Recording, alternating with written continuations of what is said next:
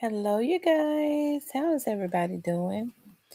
I'm gonna let you all start coming into the room and getting the notifications. Okay.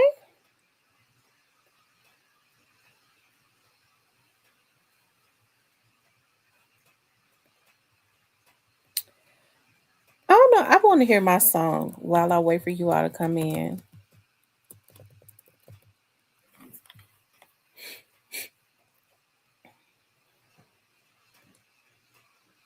Hey, Black Barbie. Hey, Tyranny.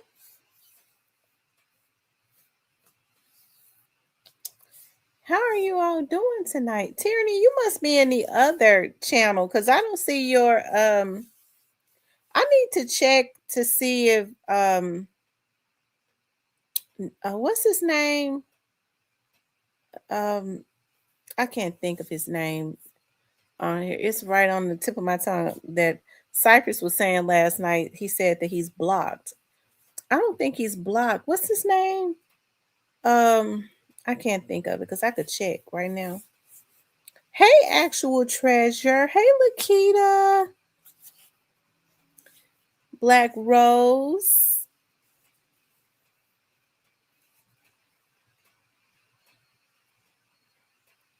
Y'all doing okay tonight? I'm actually perked up tonight. At first, I wasn't gonna come on. I was like, and then I looked at like my school. I logged in to my school stuff, and it's got the countdown on there. I got 11 days before summer school starts. So I was like, I think I'm gonna try to get on every night. Because summer school is a fast pace, short, fast pace. I got 3 classes. Nobody takes 3 classes, but I'm trying to go ahead and get everything out of the, just out the way. So the classes that I'm taking requires a lot of reading, which is cool because I'm really excited about taking African American Lit. And I could have waited to take it in the fall so I could really get the experience of it, but it's not being offered in the fall. So take it in the summer. Hey, positive vibes. Some of you all don't have your wrench. Positive vibes. Are you one of my moderators? Hell, I be forgetting.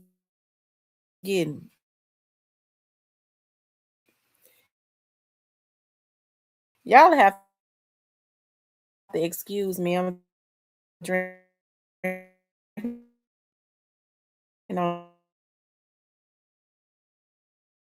play my song, y'all. I didn't know Hitter was on. I just checked to see if Hitter was on, and he wasn't on. I looked to see if Hitter was on.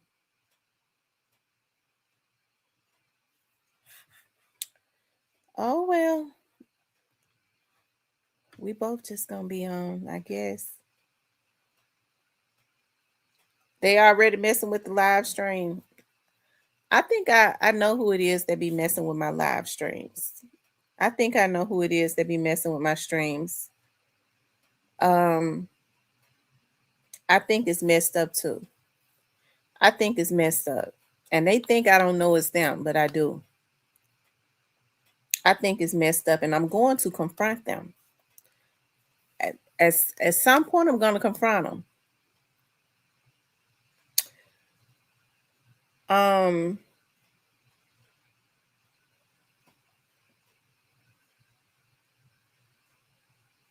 oh, okay. I was going to say because when I looked at, I was like, let me see if Hitter is on, and I didn't see his live on. I was like, okay, it's late. He probably ain't gonna come on tonight. But at some point, I'm gonna confront the person that's messing with my live streams. I'm gonna bust them out on here and cuss them out too.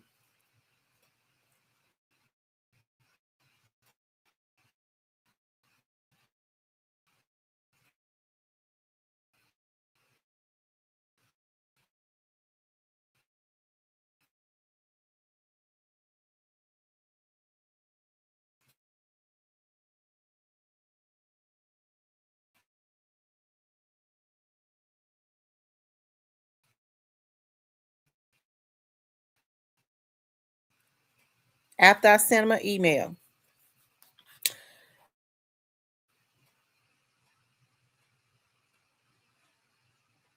Hold on.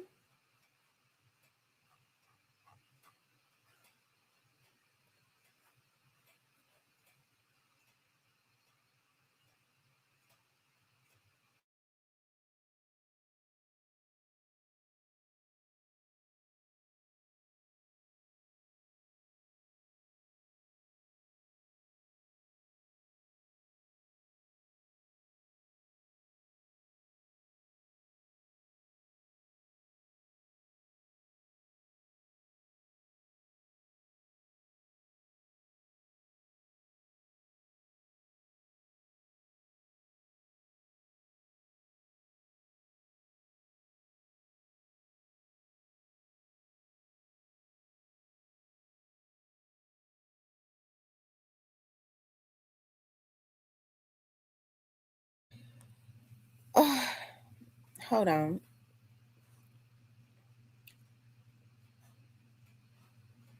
Okay, you guys. You all, I wanted to talk about Pooh Shiesty and the others got a quick trial date. And I also wanted to talk about Tony Kurthers again. I don't know what it is, but I had never really taken an interest in Tony Kurthers' case. I had heard about the case. Years ago. I remember I was a teenager when those murders happened. I remember when I was younger, hearing about it on the news. Of course, it was definitely um everybody, they played it on the news a lot. It was definitely heinous in nature. And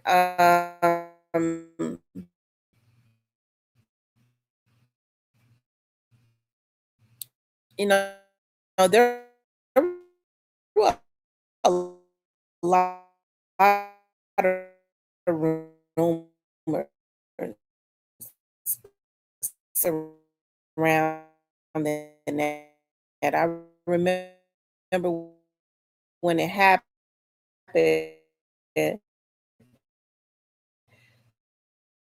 the rumors. Okay, I don't think that that's true, but those were some of the rumors. Like there was just a lot of um, talk.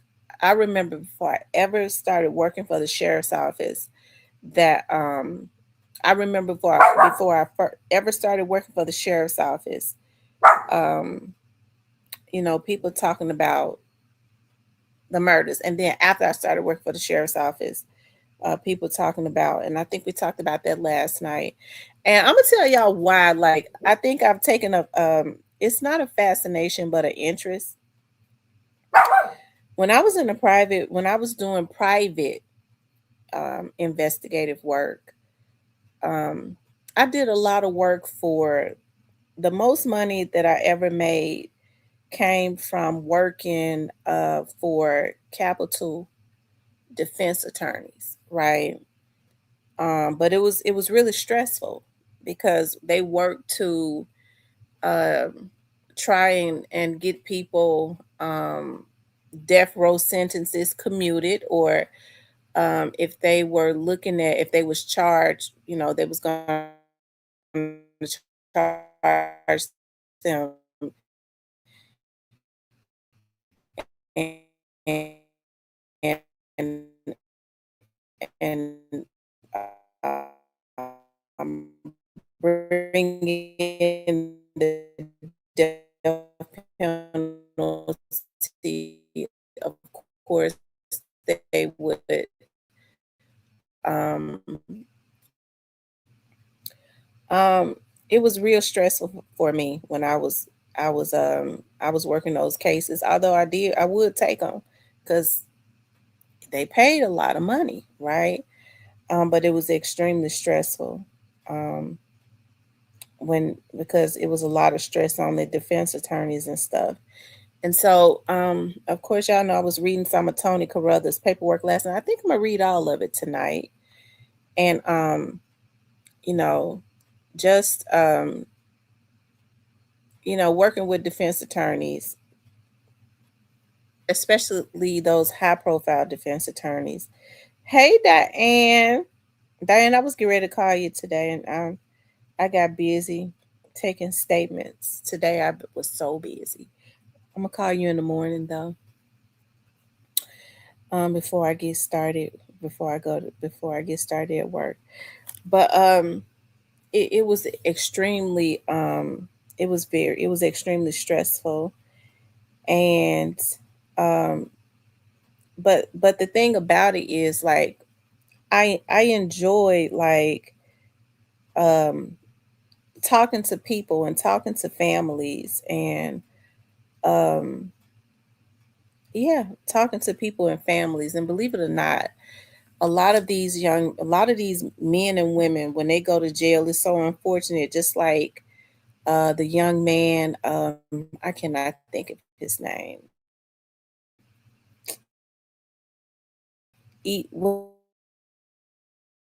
What's his name? Ezel, Ezekiel I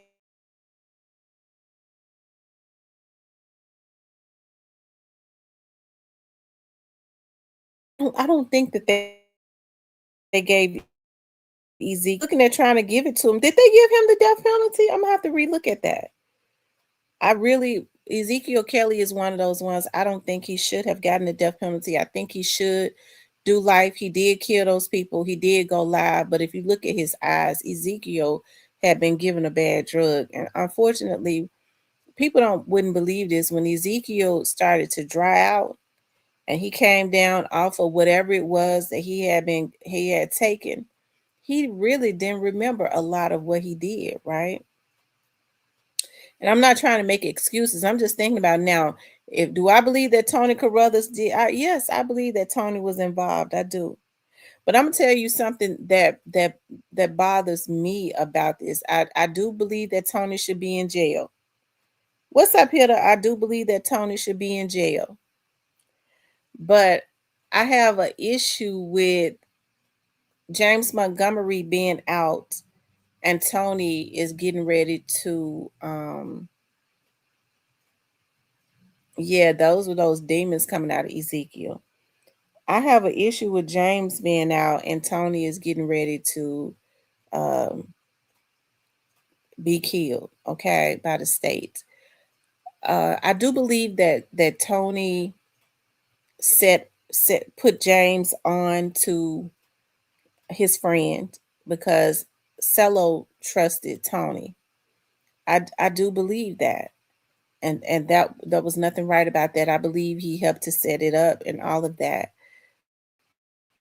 But I don't know if I believe it, which it don't really matter, I guess, because it's all,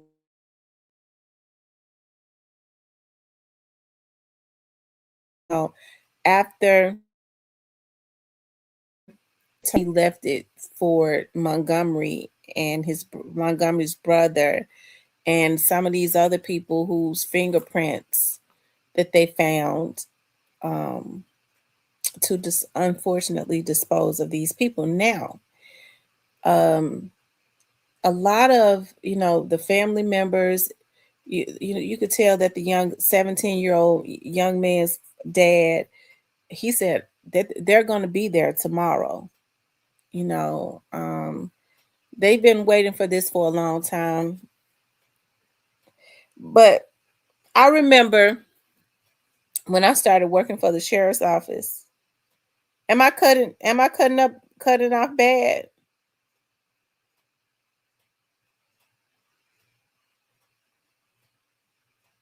Oh wow. Can y'all am I still cutting off real bad?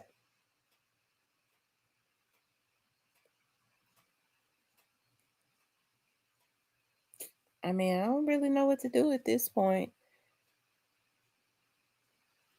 If I'm still cutting off real okay. And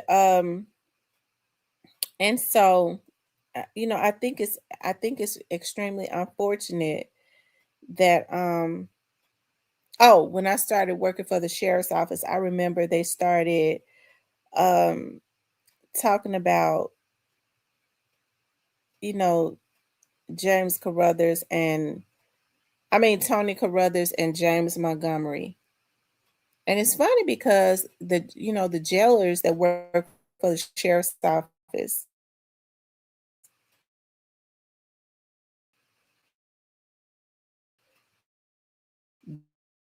they were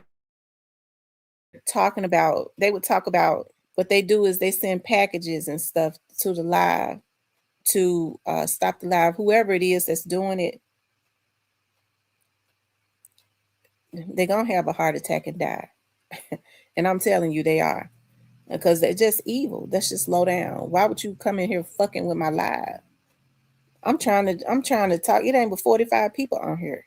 So that's why you know that it is a sickness, but you ain't got to worry about I ain't gonna have to worry about them long. Okay. I think it's a damn shame that, but I do know that there's a lot of mental illness, a lot of low down people that are on here, but I mean it's not gonna stop nothing because I'm gonna still do my live.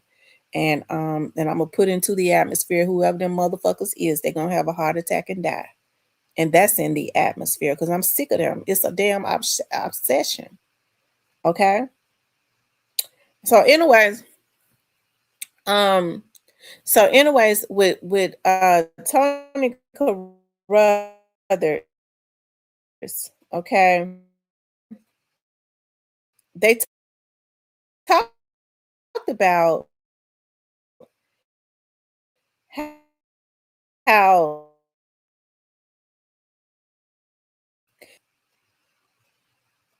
from this day forward, when I have them to fix it, because they was monitoring my computer at one time.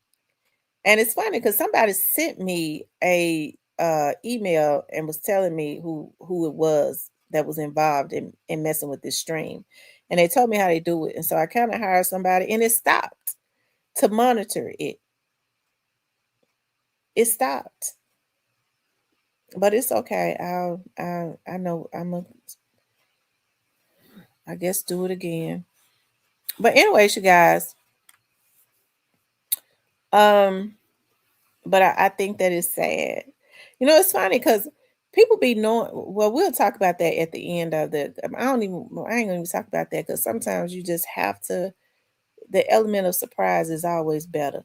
But anyways, you guys, and so with Tony Carruthers, it's funny because like the jealous will always say, okay, the jealous will always say that Tony Carruthers that James Montgomery was way more dangerous than Tony Carruthers.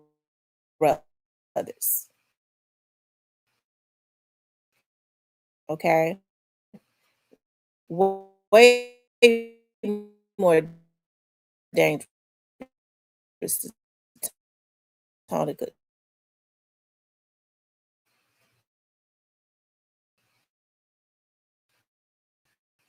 in my chat, and I think it's funny to them because they probably think I haven't been told who they are, who it is that's doing it.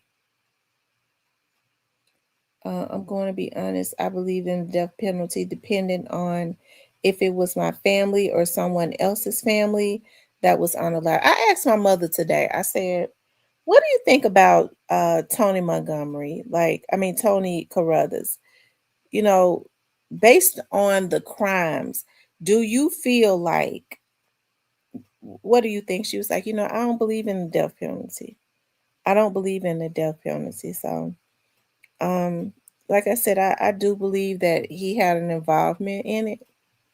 I do. I absolutely believe that he had an involvement But what bothers me is one is out walking around living his life on the outside.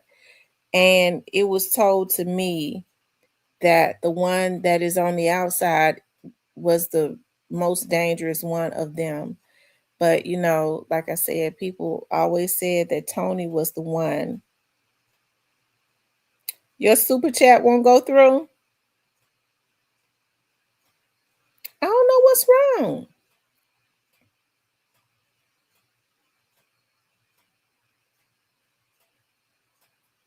Can somebody try to send like $1 super chat and see if it's working? Can somebody send like $1 super chat and see if it's working?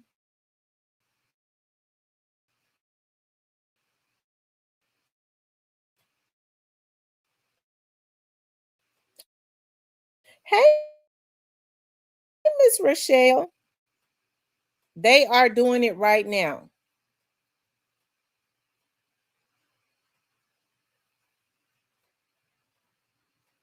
Thank you, Diane and Little Vegas. They were able to send theirs through. Actual treasure. I don't know what's going on.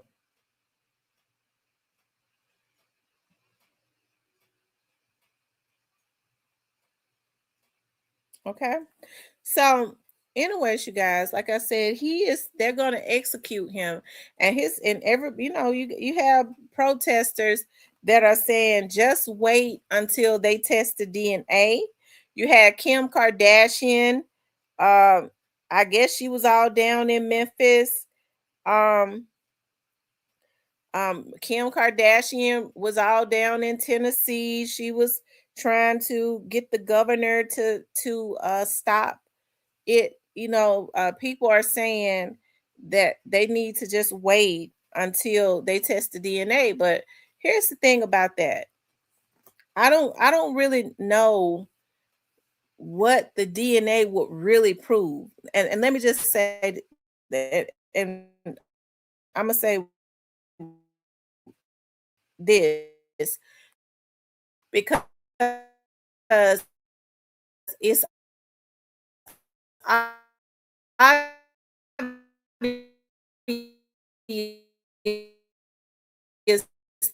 that there were more people. Now that I am never giving out the stream, I'm never going to drop the link ever again.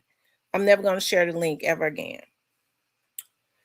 Um, I think that is because I do know that when you share, I'm gonna tell y'all what I saw one day. I was looking at one of these other shows. I believe it was AK-47 or something like that. Thank you, Diane.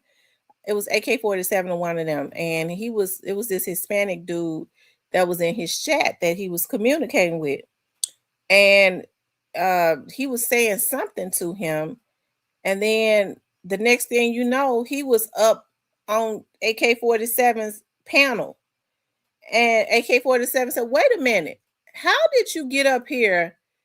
I did not send you the link and I did not share the link."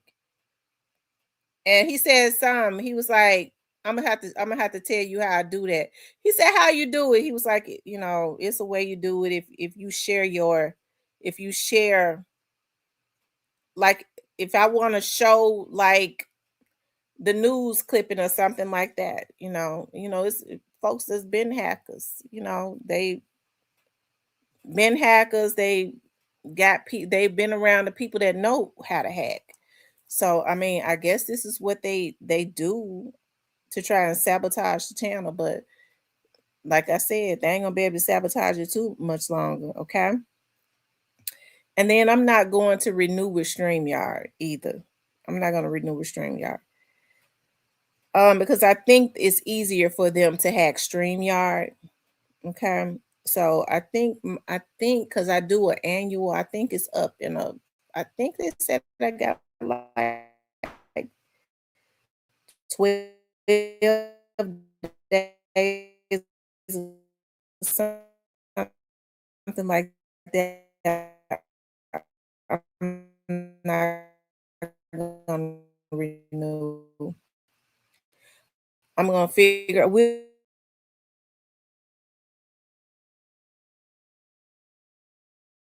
yesterday. The governor responded on yesterday. Yeah, the governor responded on yesterday. So, like I said, it's so unfortunate. And you all, I would appreciate it, like when they start messing with the stream, because what they want is, I guess they can't stand. It ain't but like 60 people up in here. They can't stand to see the numbers. Y'all don't click out. Maybe they'll go somewhere and die. If y'all don't click out, if they don't see the numbers go down, maybe they'll go somewhere and die. Okay. They see it ain't working. If they mess with the stream, they like to see the numbers go down. Okay. So y'all just kind of stick around if it starts messing up. And like I said, then maybe they'll go somewhere and die.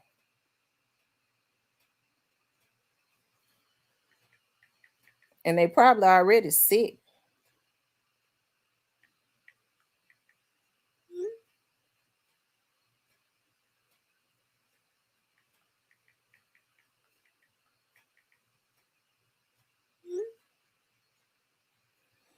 Okay. Anyways, y'all. So I said that I was going to finish reading Discovery. It's pretty gruesome. It is. It's pretty gruesome. And I before I got that Discovery,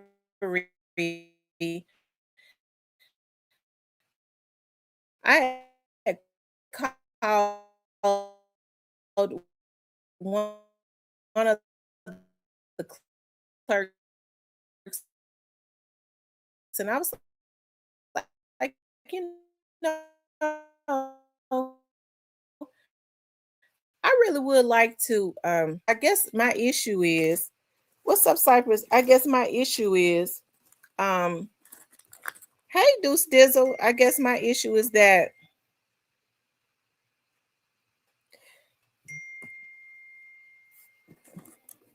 okay.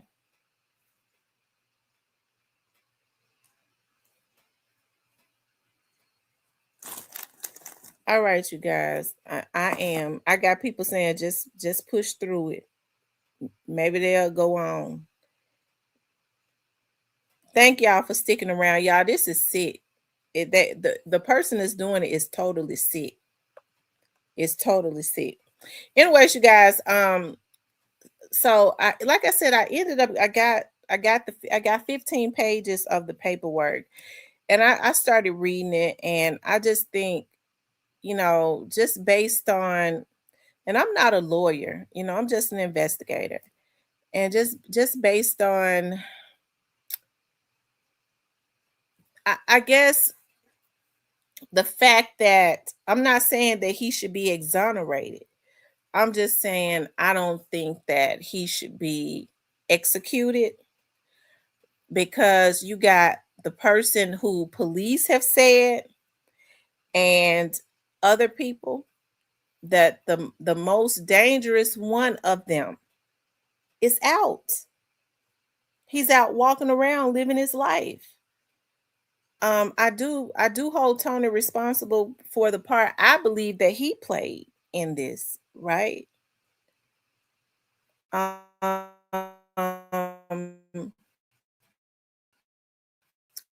but we'll read that a little later. But I also want to talk already, you guys.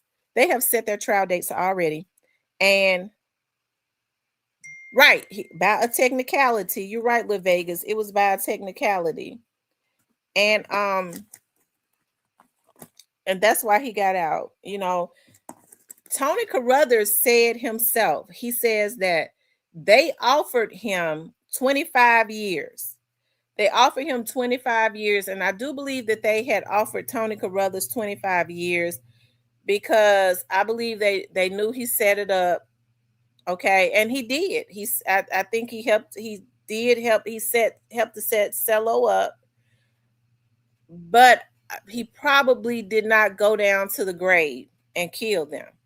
Okay, when he say I wasn't there, he probably was not there when they went to the cemetery, right?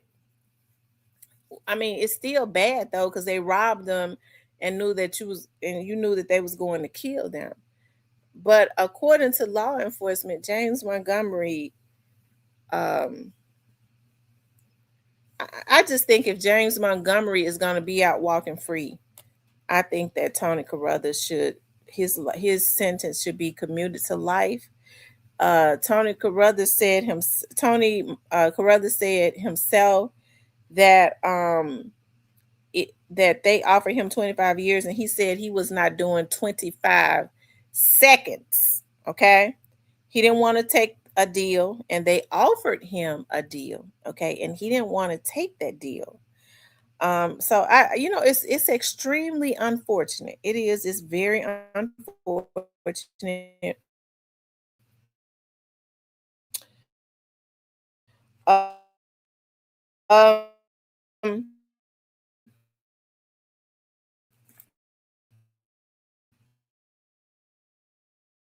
but we're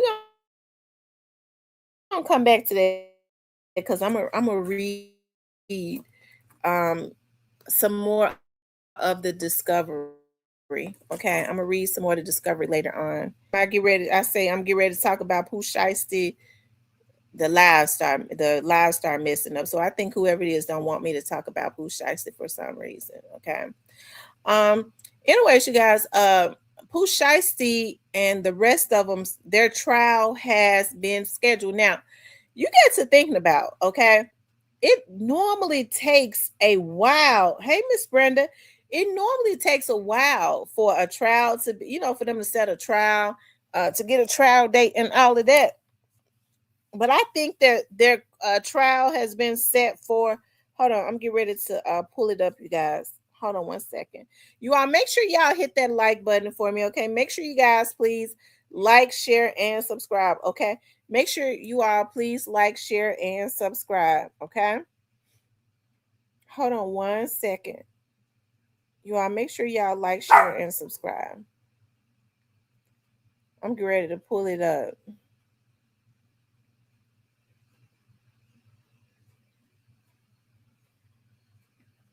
Why do you all think that they set the court date so quick?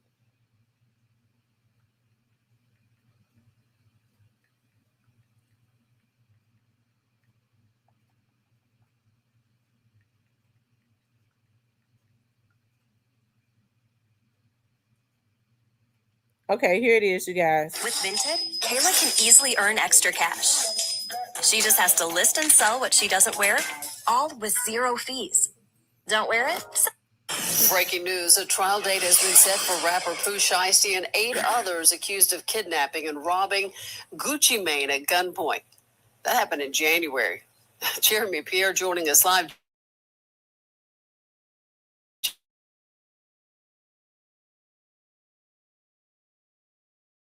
Jeremy,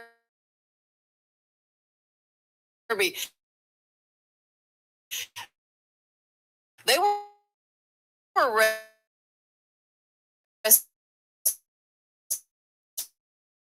what, late March.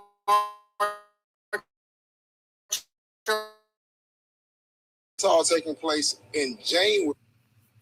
Hold on, you all. Hold on one second.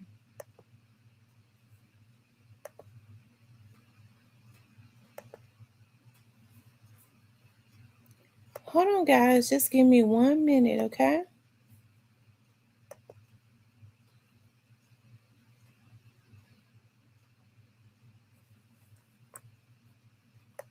I'm gonna see if I can pull it up. I mean, the hackers is really cutting up tonight.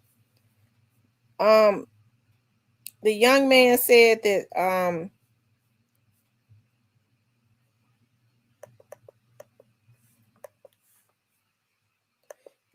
that he got blocked. And I know I didn't block him. You all make sure y'all hit the like button. I'm trying to pull it up, okay?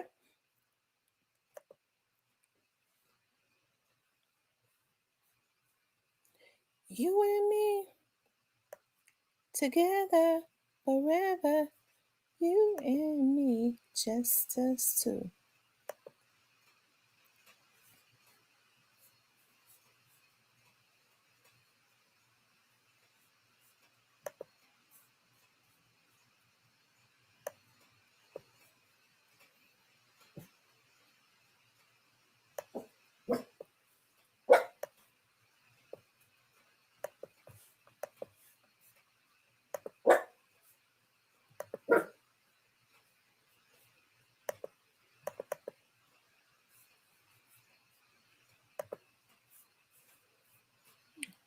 Okay, you guys, hold on.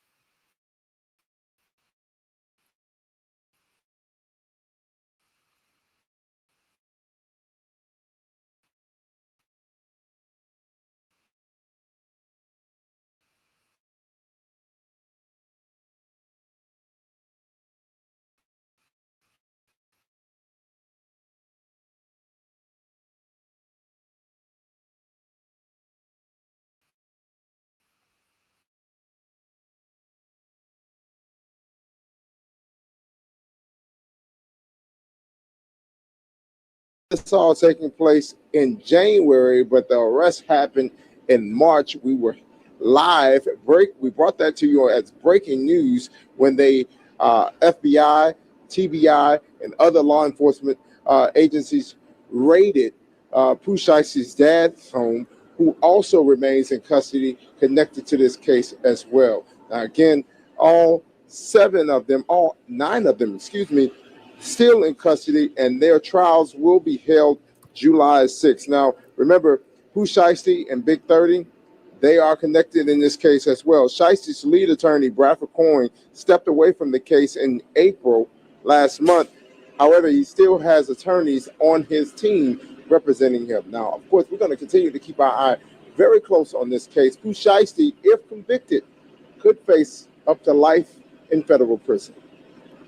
Yeah, look, that's quick. Well, we'll see what happens. Sometimes these things are delayed over and over again. All right, Jeremy, thanks. Okay, you guys. Now, do you all think, I just got to ask,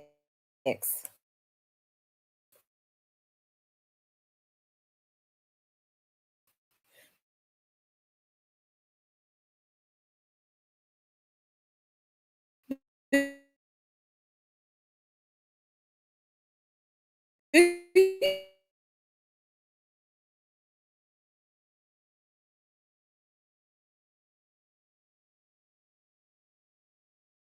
you all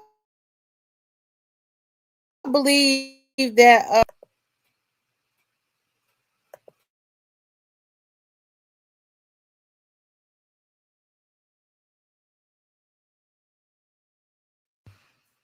do you all think that they're going to throw the book at Pooh Shiesty, you guys? And at Big 30, I think they're going to throw the book at Big 30 too. I really do. I think they're going to throw the book at Big 30. Deuce Stills says, I think Pooh one of the ones that could have brought in big money, like NBA YoungBoy. I do too. I think that Pooh Shiesty, I really wanted to. I know a lot of people don't think, but I want to see Pooh Shiesty do well. Pooh Shiesty really had the world at his feet.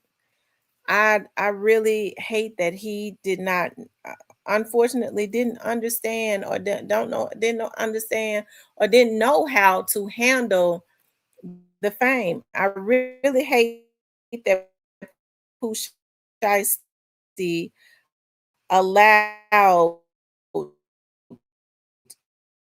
uh, them to trick him out of his position.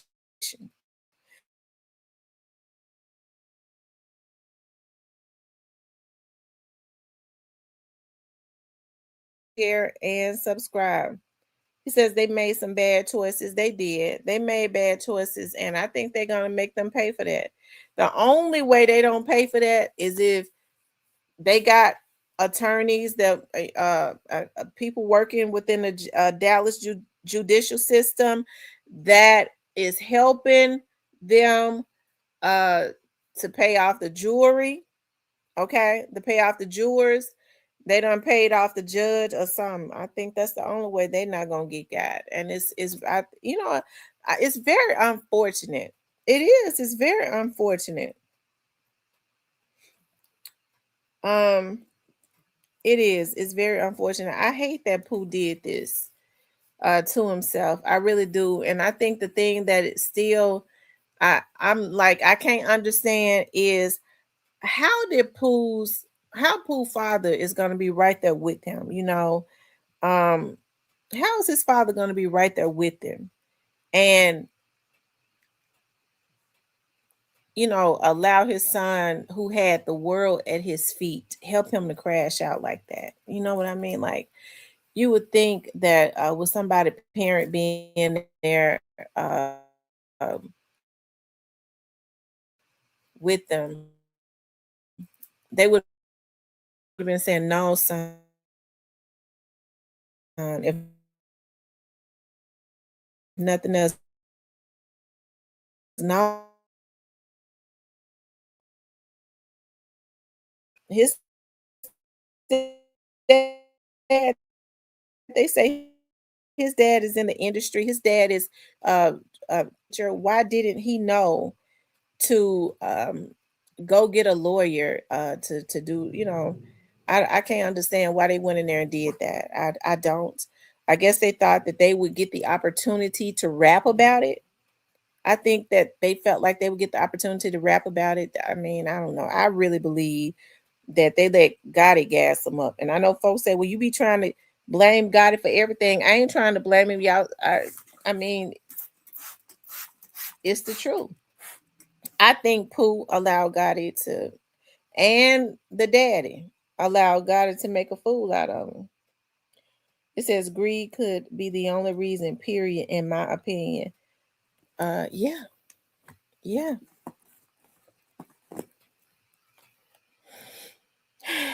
It's sad though, but we'll see what's gonna happen. That's the quickest damn court trial. That I mean, not unless they ask for a speedy trial. I'm sure that's got to be what happened.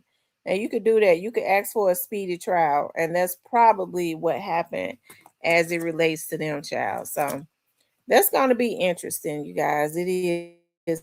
It's gonna be real interesting to see how all of this turns out.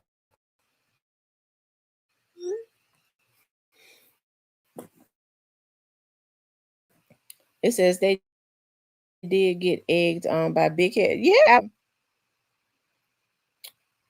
Um, I think it's sad though, you guys. I do. It is. It's very unfortunate. It is. It's very unfortunate.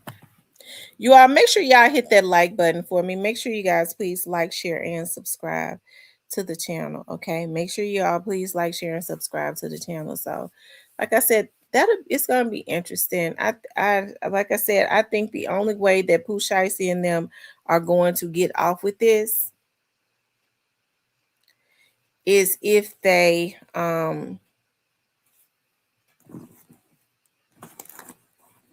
yeah, I want to do something right quick.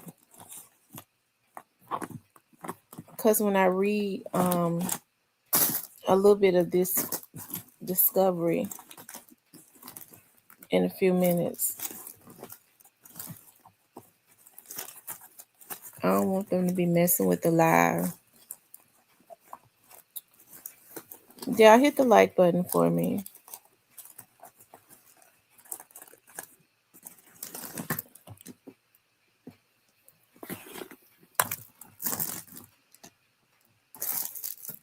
don't know what I did with the thing. Anyways, you guys, it says if someone has a soft spot in their heart for him, yeah. Do you all think that Gucci is going to testify? Do y'all think that Gucci Mane is going to testify?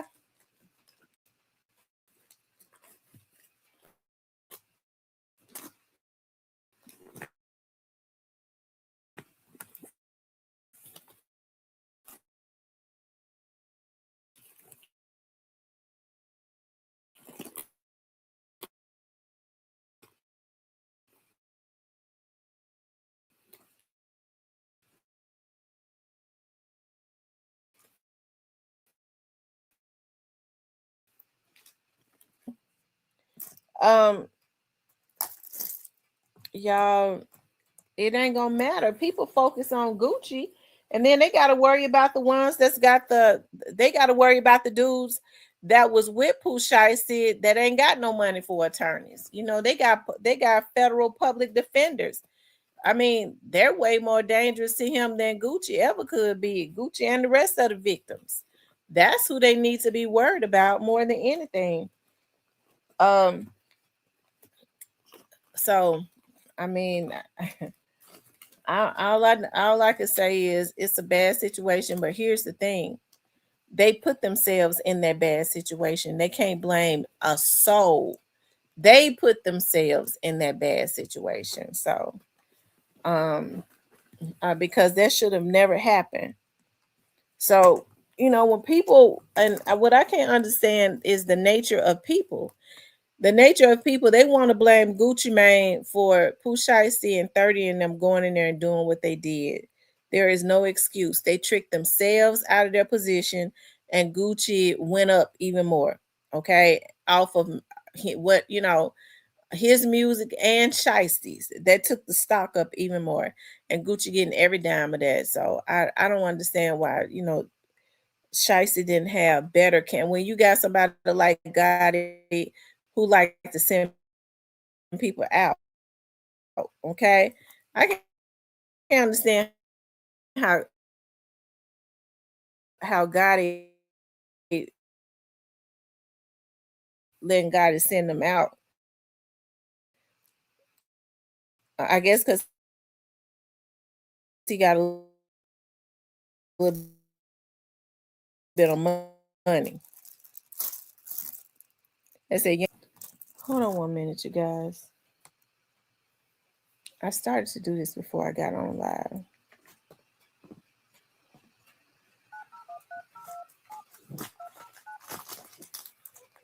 Hold on, y'all.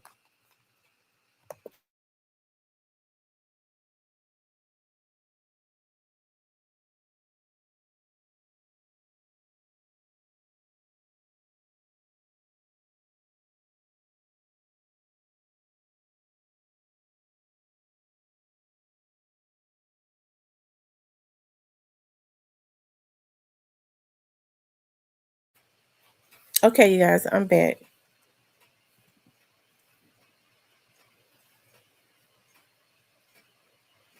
Hold on, you all. But I kind of think unless Gucci Pooh Shiesty pay some folks off, I think that they are going to throw the book at him. I think they're going to throw the book at him. You guys, if I go off for a few minutes, don't leave. Because I might go offline for a few minutes because somebody's doing something. If I go offline for a few minutes, don't leave, okay? I'll be right back on. Okay?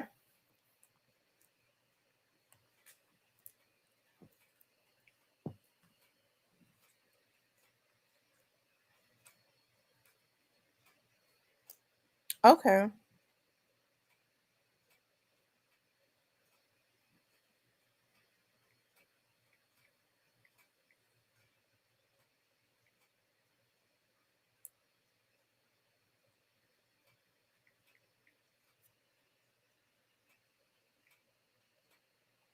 Because when I read this discovery,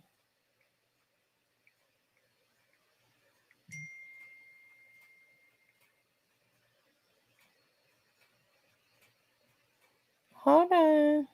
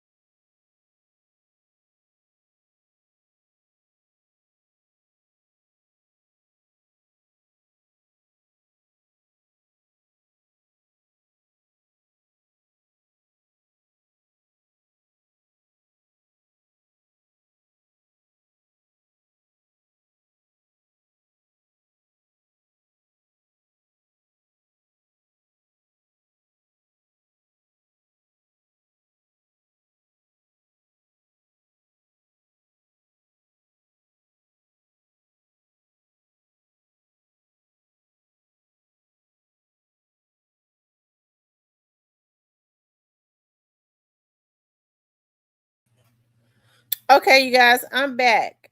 Okay, you guys, I'm back. Can you all hear me a little bit better now? Or is it still lagging?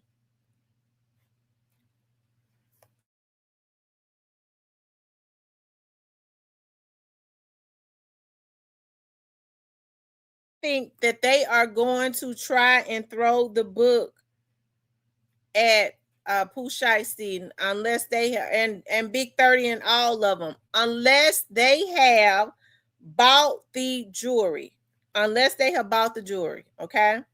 So jewelers or whatever, but it don't really matter. People talking about Gucci, even if Gucci, I just had somebody to run something. But anyways, even if Gucci, don't testify, okay? Even if Gucci does not testify, you guys,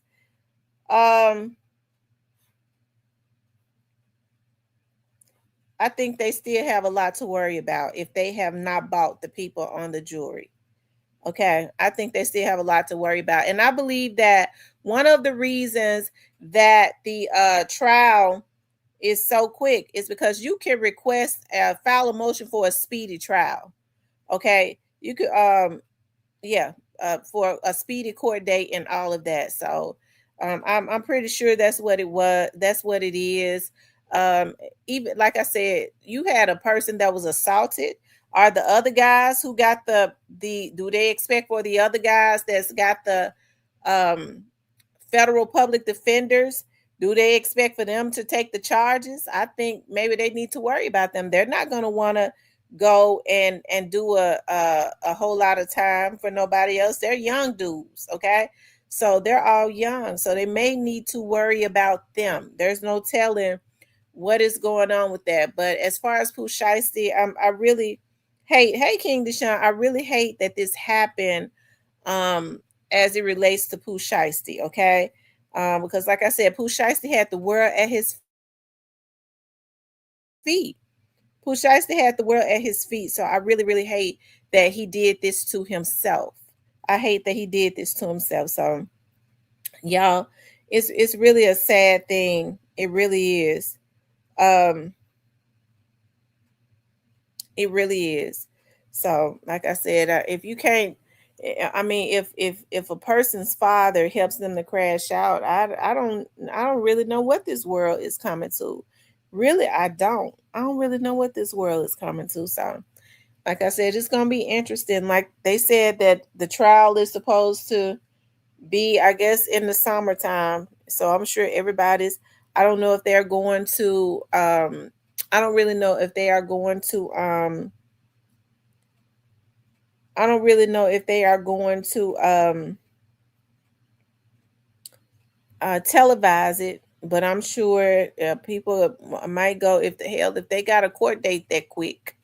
Okay, if they got a court date that quick, I mean, I'm sure the trial will be pretty quick too. So this is a prime example, you know, and then.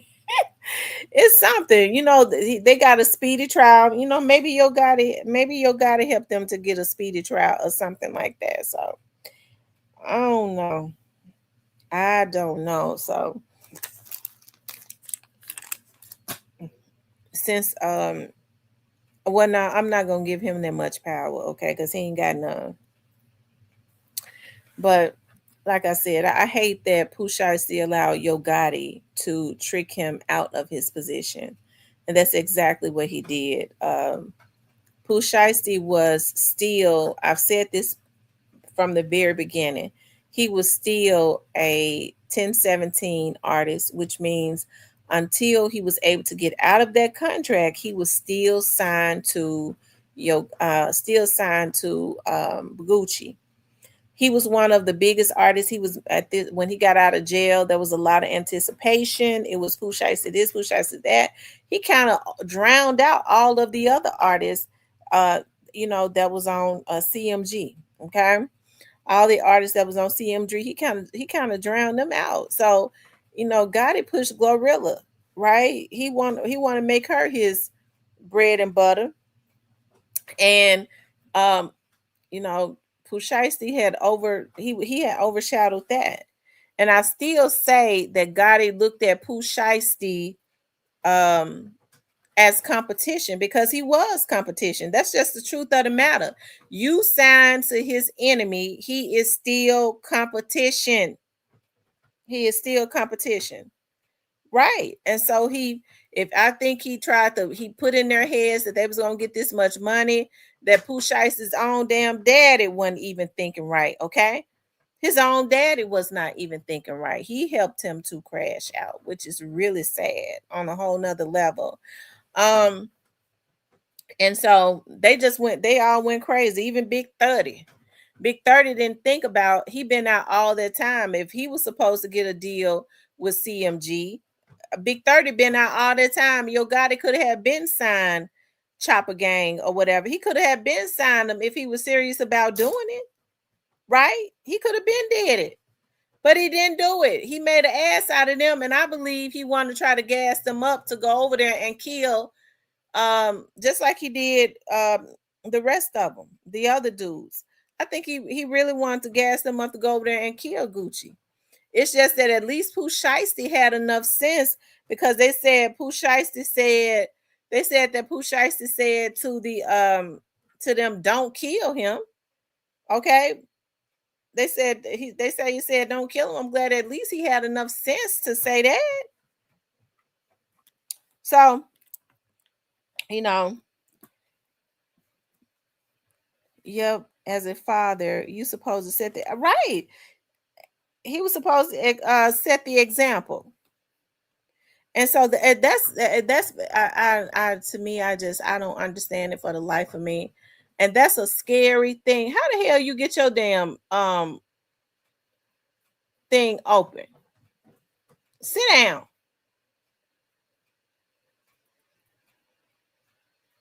Sit. Okay. Yeah, I don't know how my dog. Hold on.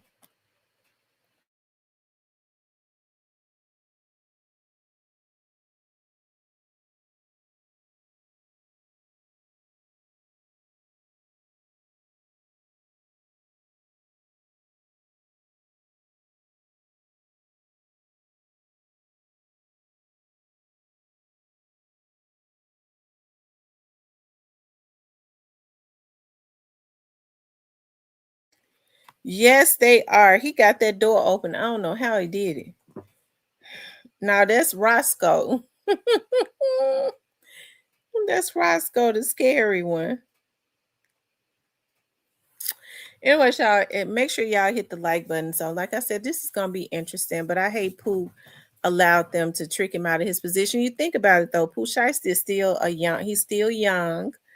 And so he really need people around him that are really business minded, not sharks, not sharky people like Yo Gotti in them. Okay. What Pooh didn't understand is if he had gotten out of that contract with 1017, Yo Gotti was going to give him just a little bit more money and do the exact same thing to him that he claims that Gucci Mane is doing. He wasn't gonna do any better. Yo Gotti just mad that he was the top artist and he was signed to Gucci Mane, because Yo Gotti feel like anybody that comes out of Memphis is supposed to be. He feel like he's supposed to be able to rape them financially. Okay.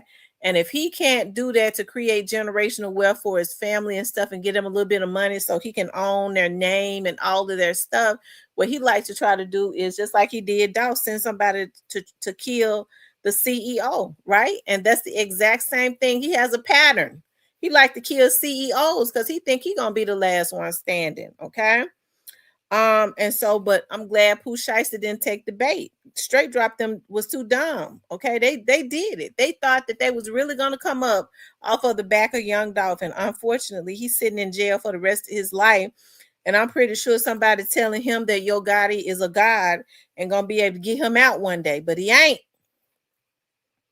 And so, unfortunately, you got people like Straight Drop that has messed his life up. It's looking like Pooh Shiesty and them have messed theirs up. That's the scary thing, you guys. It's looking like Pooh Shiesty and them, because it's gonna be hard. Like I said, not unless they done pay some folks off to get up out of this. It really is, and I hate that for Pooh. I really do. I hate that for Pooh. Um, I wish, hey Chocolate, I really wish that he had did this thing right. I really do. I really do. So, y'all make sure y'all hit that like button for me, guys. Make sure you guys please like, share, and subscribe. Okay. Make sure you all please like, share, and subscribe. I hate that. Yeah, I hate that for Pooh, but they can't blame the system for whatever happens to them because they did it to themselves. If they mess around and get, if he had the right people around him that was business minded, and because if he had the right people around him, they would have told him right off the bat, Yo Gotti is not the route to go. Yo Gotti was going to financially rape him too. He was just going to give him a little bit more money to satisfy him. I can't understand these young men selling their souls and everything, their generational wealth for a few coins. That's why they need to get the right types of people around them. They got to get the right types of people around them, you guys. So, like I said, I think they're gonna try to throw the key away on them, but um that's the quickest time. That's the quickest time I've ever seen a trial set, and I mean it is the quickest by far. The quickest by far. Y'all make sure y'all hit that like button for me. Make sure you guys please like, share, and subscribe. Okay. They're going to set an example out of him. I hate this for him. Yeah, I hate that too. I think they're going to set an example for him too. I do too. And Big 30 too. Big 30 is not, shoot, they probably going to give him just as many years, but you notice you don't really hear them talking about the others. So, I don't know. Like I said, Gucci ain't who they need to be worried about. Gucci may not testify at all, but there were other people that was there that was assaulted. Those people are going to get on, they're going to testify. They are going to cooperate. They are. Yeah, Big 30 is a follower. I can't understand why Big 30 did that. I can't understand why Pooh did it. And I can't understand why Pooh Shiesty daddy allowed that to happen and he was looking at it. Y'all think Gucci gonna tell? he already, he already, he did. I think he did the right thing. He already, put some paperwork on it. He had to. He wasn't gonna let Yo Gotti just take his stuff. So he really did have to put some paperwork on it.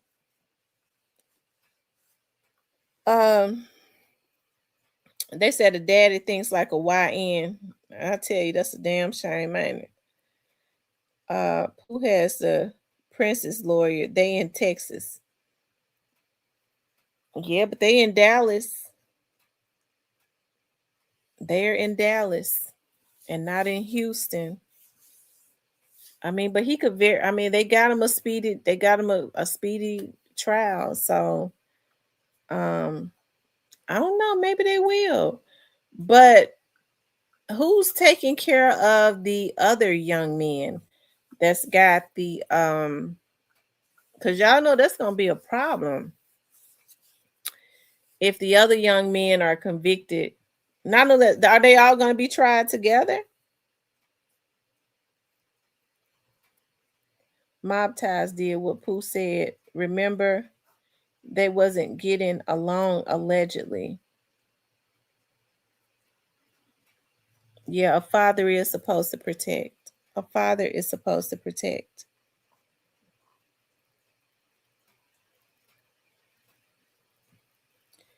Says they are well known in Texas. I tell you. You all hit the like button for me. Make sure you guys please like, share, and subscribe.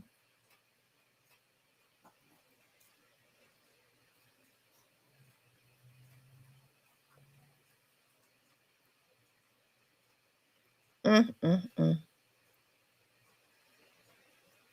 So, Chocolate, do you think that Tony Kurthers is going to be able to get a stay in the 12th hour? Hey, Stanley, do you think that Tony Kurthers is going to be able to get a stay in the 12th hour?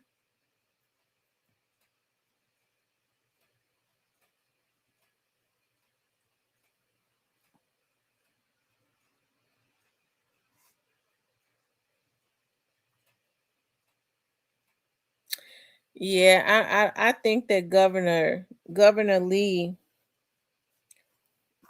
is determined. And listen, the crime was heinous. Do y'all want me to finish reading that discovery? Do you all want me to finish reading it? Where's that discovery? Remy, on there. Let me see. We're gonna go back to talking about Pooh too. Y'all tell me what y'all want to do. Y'all want me to finish reading that Tony Kurthers, that discovery that I got, or y'all want to keep talking about Pooh Shiesty? Y'all tell me. Believe that, because I think both of them should be doing either execute all of them or none of them. That's how I feel about it.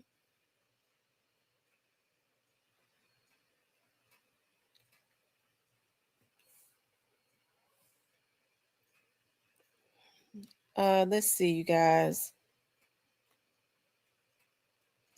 So we stopped. I was sleepy last night. I was tired.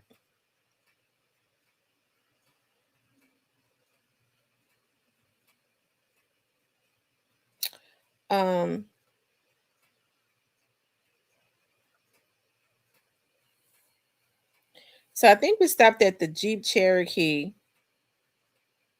It was talking about the Montgomery brothers, right? It says the Montgomery brothers and Tony Kurthers did not return Hines' car until approximately, maybe I should go back up. It says the Jeep Cherokee that Anderson had borrowed was found on Mississippi on February 25th at 2:40 a.m. It had been destroyed by fire about 3:30 a.m. after he was informed of the fire by law enforcement officials.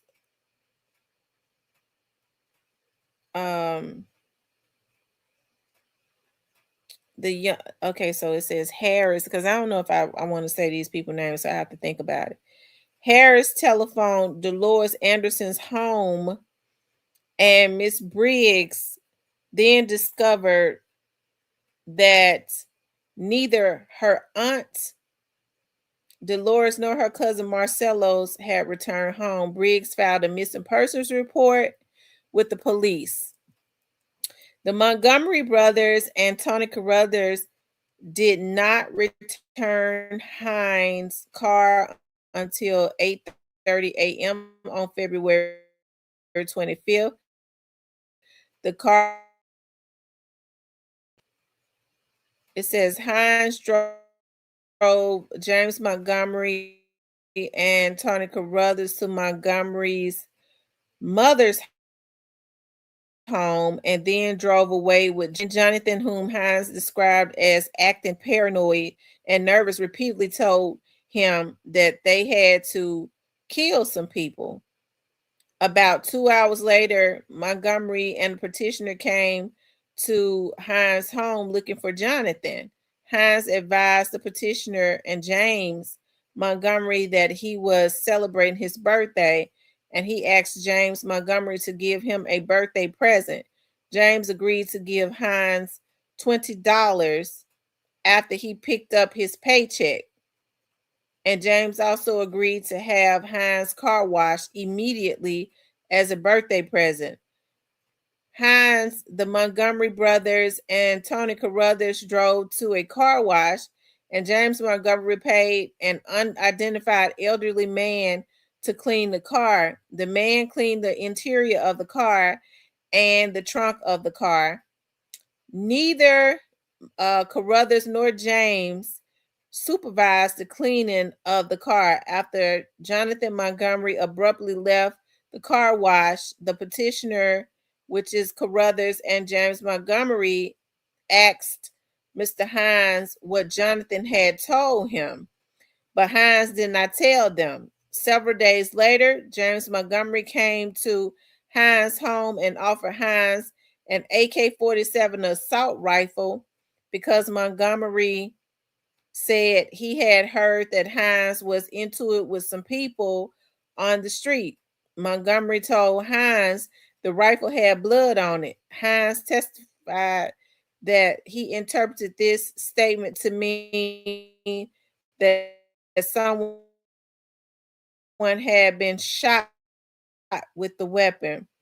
On March 3rd, 1994, on Dolores and Marcellus Anderson, Jonathan Montgomery directed Detective Jack Ruby of the Memphis Police. Daniel's grave was located 6 plots away from the grave site of Montgomery brothers' cousins. The Montgomery's brothers' cousin. Daniels had been buried on February 25th, 1994. Pursuant to a court order, Daniel's casket was disinterred, if I said that right, and the authorities discovered the bodies of the 3 victims. So they dug the casket up.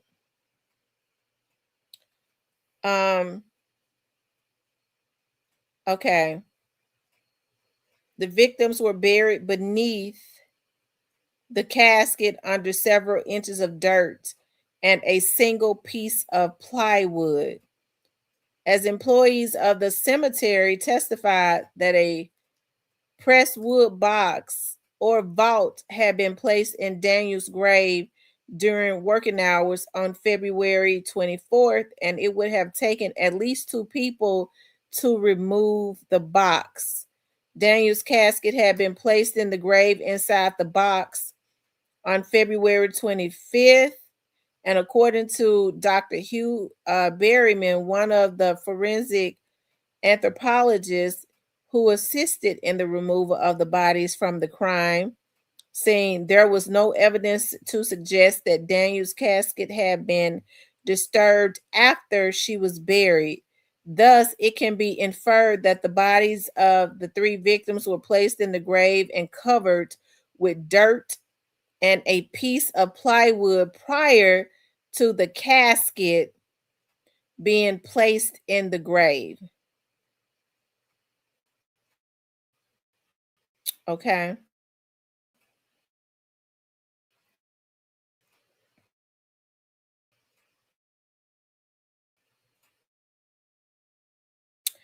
Dr. Osi, when the body of Dolores Anderson was lying at the bottom of the grave, the hands of all 3 of the victims behind their backs. Frederick Tucker, the 17-year-old feet, was also bound, and his neck showed signs of bruising caused by a ligature. A red sock was found around Miss Dolores Anderson's neck.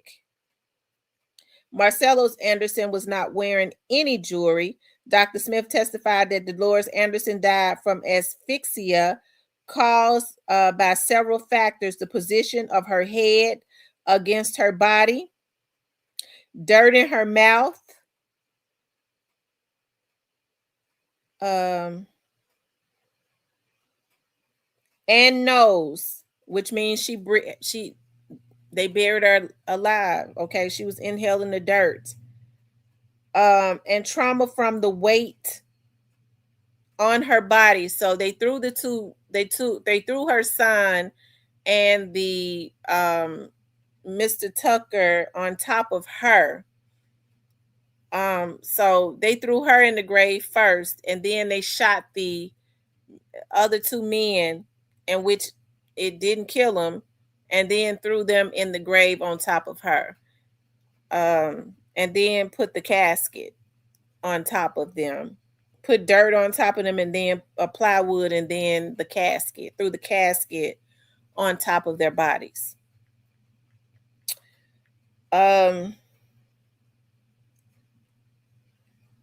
Okay. The position of her head against her body, dirt in her mouth and nose, and trauma from the weight of her body. Frederick Tucker had received a gunshot wound to his chest, which would not have been fatal had he gotten medical attention. Okay. He also suffered injuries from blunt trauma to his abdomen and head, resulting in broken ribs, a fractured skull, and a ruptured liver, which means they took something, maybe or something like that, and beat him with it, a big stick or a baseball bat. That's what they did. That's when you hear them talk about the. And Dr. Smith, Marcellus Anderson, had been shot 3 times, a contact wound to his forehead that was not severe. So they shot him in the forehead and it was not severe at all. Okay. So he could have lived with the shot in the forehead. Okay. Because it says the shot in the forehead was not severe, and he got 2 shots in his neck, one of which entered his windpipe and severed his spinal cord, paralyzing him from the neck down. The wound was not instantaneously fatal. Anderson had also suffered blunt trauma to his abdomen, so they beat him with something too. From compression forces, Dr. Smith opined that each victim was still alive. Now, Cello probably would have passed away, because they said that, but he didn't die instantly, because they shot him in the forehead, and they said that was not a life-threatening, so it must have went out of somewhere before it hit his brain or something. But they said that the bullet in his head was not life-threatening. They shot him twice in his neck. One went through his windpipe, and he still didn't die. Okay, so he suffocated. But he would have been paralyzed. They said that Mr. Tucker would have been paralyzed too, but the shot that Mr. Tucker received absolutely was not life-threatening.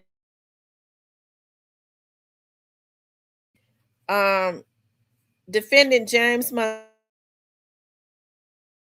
Montgomery presented no proof, primarily by attacking their credibility of the state witnesses. Okay, that's what it reads. It says a health administrator at the correction center testified that because of an injury to his arm, James Montgomery had been given a job change on October 6, 93, and could not have worked at the cemetery after that date. So they did get someone to testify. That's why I say I don't believe that Tony Kurthers. Did they say James Montgomery or Tony Kurthers? Shit. I'm gonna have to stop drinking this wine, because I be forgetting and have to go back and read it. Did I say? Because this wine mess around and have me forgetting. I'm already forgetful. It says change. Okay, so Tony Kurthers. Okay, did it say the arm testified that because of his injury of his arm, Tony Kurthers had been given a job change on October 6, 93. And so that was before the murder. So that's why I said I don't believe that when they say that it was other men that had to move that casket, Carruthers' arm was messed up. She said, I know I get to drinking that wine to relax a little bit. Carruthers' arm was messed up. And so he couldn't have, that's why he say he wasn't there. And he probably didn't go down there to the grave. But I do believe that he had a part in it. But as far as shooting them, I believe that was Montgomery and some more men 100%, right? It says an investigator appointed to assist Carruthers with his defense testified that he had interviewed a man named Mays who admitted he did not know anything about the master plan to which the Carruthers referred in the letters until Carruthers was released from prison. One cross-examination, the investigator admitted that Mays said that when he was released from prison, the petitioner had explained that the master plan involved kidnapping Marcelo Anderson, Tony Carruthers' brother, and another witness testified that Jonathan Montgomery was not at the scene of the drive-by shooting involved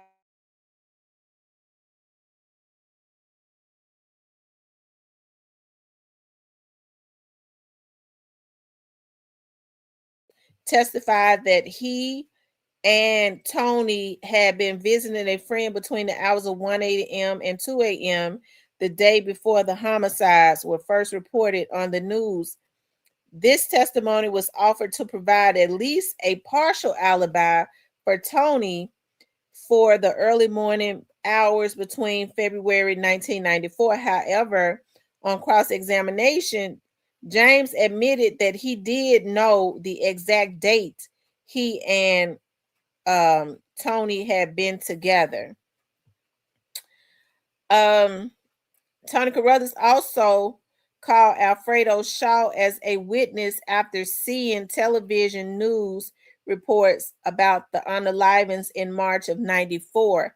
Alfredo Shaw also telephoned Crime Stoppers and gave a statement to the police implicating Tony Carruthers. Alfredo Shaw later testified before the grand jury, which eventually returned the indictments against Tony Carruthers and Montgomery.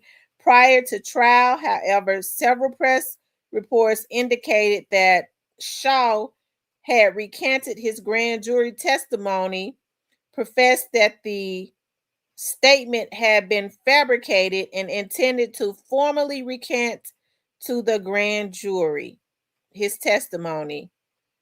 Therefore, when Tony Carruthers called Shaw to testify, the prosecution announced that if he took the stand and recanted his prior sworn testimony, he would be charged with and prosecuted for 2 counts of aggravated perjury. In light, Shaw's attorney and allow Alfredo to confer privately with him. Following their private conference, Shaw's attorney advised the trial court defense counsel, including Tony Carruthers and the prosecution, that Shaw intended to testify with his prior statement, grand jury testimony, and any inconsistent statements Shaw had made to the press were motivated by his fear of Tony Carruthers and the Shaw as a witness and as his attorney at his initial statement to the police and his grand jury testimony. Specifically, Shaw testified that he had been on a three-way call with Tony Kurthers and either Terry or Jerry. I won't say the last name.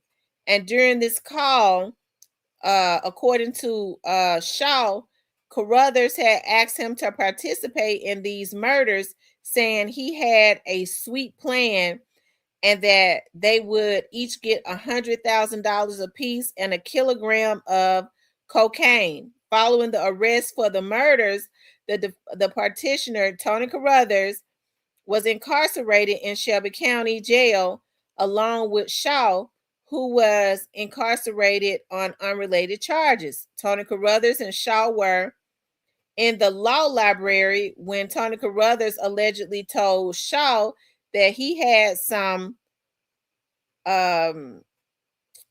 what the fuck is, oh Lord, y'all forgive me for saying that. That made me mad right there. Because I'm reading this one. I lost my place. Lord, forgive me for cussing like that. Okay, so kilograms of cocaine. Following the arrest for the unalive, the petitioners was incarcerated in Shelby County Jail along with Shaw, who was incarcerated on unrelated charges. Allegedly, Tony Kurthers and Shaw were in the law library when Tony Kurthers allegedly told Shaw that he had some other unidentified individuals went to Dolores Anderson's home looking for his money. Marcello's was not there when they arrived, but Tony Kurthers told Dolores to call her son and tell him to come home. It's something important. When Anderson arrived, the defendants forced Anderson, Tucker, who was with Anderson, and Dolores Anderson into the Jeep at gunpoint and drove them to Mississippi, where the defendant shot Marcello's, Anderson, and Tucker and burned the Jeep. According to Shaw, the defendants then drove all three victims back to Memphis in a stolen vehicle. Shaw testified that after they put Marcello's, Anderson, and Tucker into the grave, Dolores started screaming, and one of the defendants told her, "Shut up, or she would die."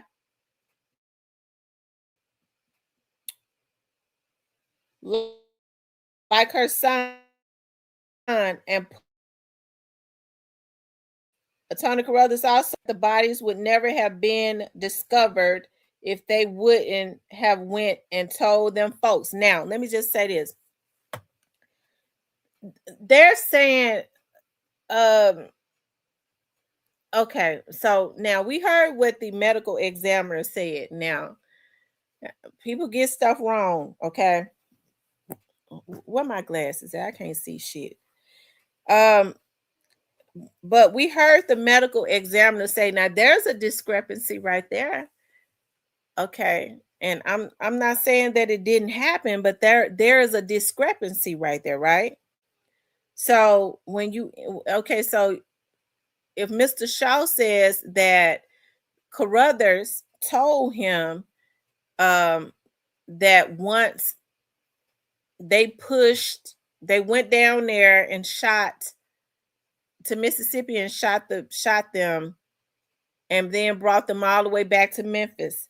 If they went to an undisclosed area in Mississippi and shot them, they'd have shot them and left them all out there. And why would they bring them back to Memphis just to bury them? Okay.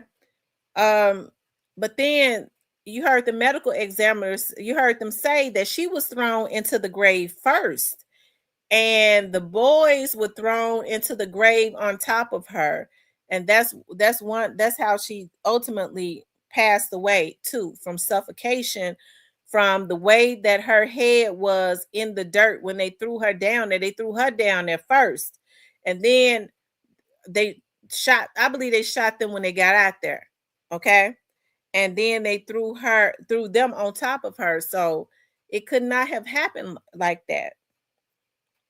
You know what I mean? Like that's a discrepancy to say that once she saw them throw the boys into the grave, they threw her into the grave on top of them. That didn't happen because, and it's just a discrepancy. I guess in the court of law it means everything, but it's just a mistake, right? Because they was on top of her, so they was on top of her. You see what I'm talking about? So she could not have started screaming once they threw them in the grave, and then they got mad and pushed her in there because they was on top of her. They threw her in the grave first, right? So that's just a discrepancy. That's all. Anyways, and maybe who knows? Um, it says also Shaw that the bodies would never have been found, and hire an attorney to post bond because the prosecution would then learn that the murders had been a hit. Carruthers allegedly told Alfredo Shaw that Johnson also was supposed to have been hit, and that Terry or Jerry were the main people behind having these individuals unalive. Carruthers allegedly said that Durham's wanted revenge because Anderson and Johnson had previously stolen from them. I don't know who Durham is. Is it Durham? It says in response to questioning by Carruthers, Shaw alleged that he had told the press that his statement to police and the grand jury testimony had been fabricated but said he had done so because Tony Kurthers had threatened him and his family. Acknowledged, according to Shaw, one of allegedly Carruthers' investigators had arranged for a news reporter to speak with him about recanting his story. Okay. It says, as impeachment of his own witness, Carruthers called both Jerry and Terry Durham, twin brothers, as witnesses. Durham's denied knowing Shaw and said he had never been party to a three-way phone call involving Shaw and Carruthers. Now, y'all, now listen. Now that don't say, that don't, because why would you have somebody on three-way if you're gonna be okay? People do crazy stuff though. If you're gonna be talking about a capital murder, you're gonna have a person on three-way to listen.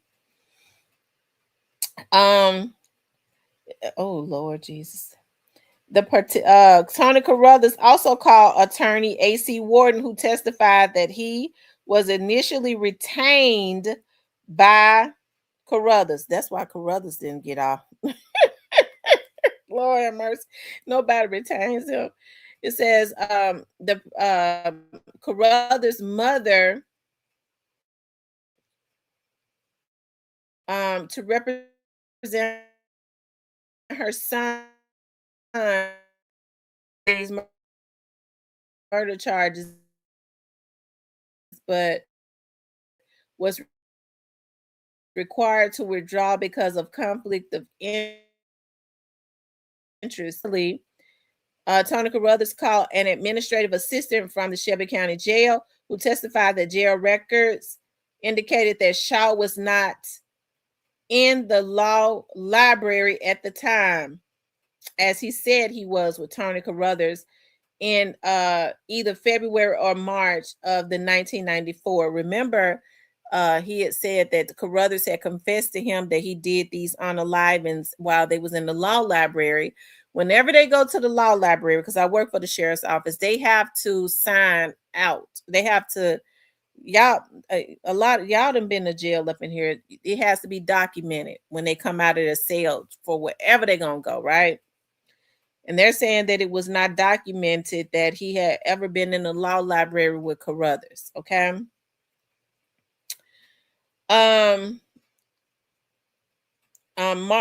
March to early April 94, which would have afforded him the opportunity to interact with Kurthers. The record reflects that Shaw came forward and provided a statement to police, and that indictments were returned in 2 days later. Based upon his proof, the jury found each defendant guilty beyond a reasonable doubt of 3 counts of first-degree murder, and especially aggravated robbery. After unsuccessfully attempting other avenues of relief on September 21st, 2021, the petitioner filed a petition requesting comparison of prints taken from Miss Anderson's home with known latent prints of Miss Anderson's home with known latent prints of Ronnie Irvin. It appears that James Montgomery in 2010 or 2011 alleged to a defense investigator that Ronnie Irvin was the kidnapped man involved in these crimes. The petitioner argued that he would not have been prosecuted, convicted, or sentenced to death if the prints from Miss Anderson's home had matched Mr. Irvin's known prints. The post-conviction court dismissed the petition, concluding that the petitioner was not entitled to mandatory or discretionary testing. It is from this judgment that the petitioner appeals. So that is, they're saying that James Montgomery basically said who it was allegedly that was with him, and they went to Cello's home because it was $200,000 in the attic of his mother's home. Well, they took her, kidnapped her, because they didn't want to leave no witnesses, right? So so James Montgomery allegedly had said that he gave the name of supposedly of a man that was with him when they went to the home to get the money, and Cello's mother was there, so they ended up kidnapping her too. Okay. And he says the name of this guy, when he initially was given another trial and appeal and decided to plead guilty to a lesser charge, he gave a name of a man that was with him. Allegedly. Now, here's the thing. It does not say anything about them looking into this man. I don't know if the man was supposedly has passed on away or something like that, but I find it weird if James Montgomery gave them a name of a man. It is never mentioned. That it don't mean that nobody else was not involved, but because I believe I felt like it was multiple, because you had James Montgomery's brother who appeared, it was down there at the grave too, Jonathan. But Jonathan initially told, right? Jonathan told. And what's so weird is I think that Jonathan's unaliving was classified as a suicide in the jail. They found him hung in his cell. But when you talk to all of the old head jailers, they say that some gang members were sent down to Jonathan's cell allegedly by his brother, because he was going to testify against him and killed him. So I never understood that. And here my right hand to the Lord. We was out there at the training academy on in-service, because we used to have to go to in-service. And those jailers who had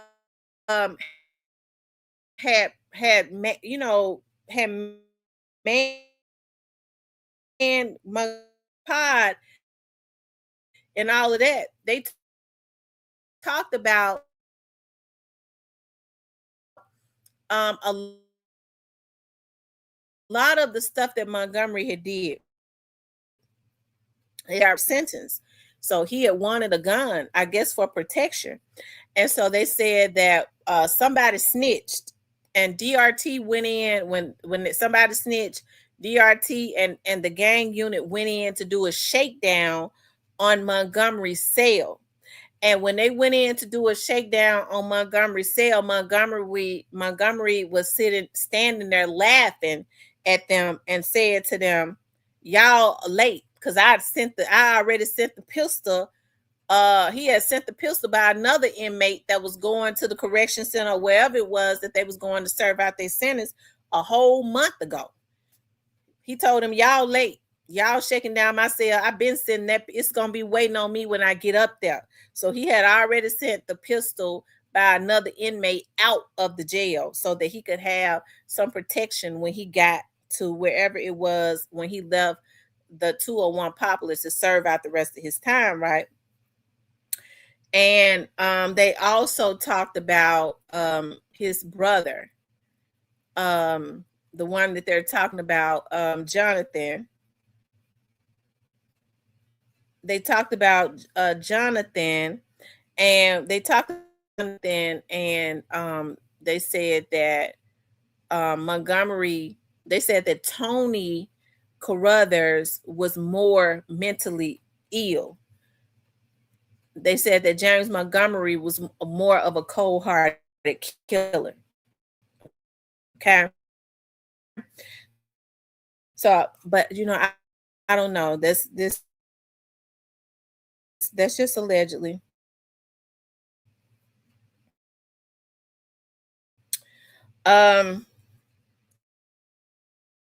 But they said Tony was crazy too.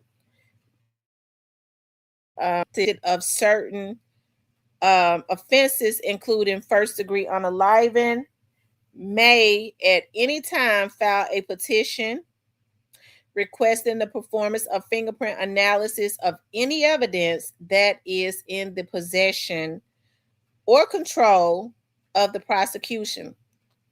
Okay.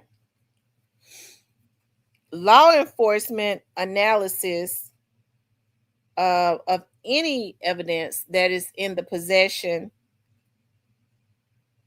or control of the prosecution, law enforcement, laboratory, or court, and that is related to certain fingerprint evidence. Okay, I don't want to read that. Well, maybe I should, because it talks about it resulted in judgment of conviction. Depending on the situation, after notice to the prosecution and an opportunity to respond, the trial court shall or may have been prosecuted. Okay, so I don't want to read that. It says in Smith versus State. Okay, it's talking about DNA analysis.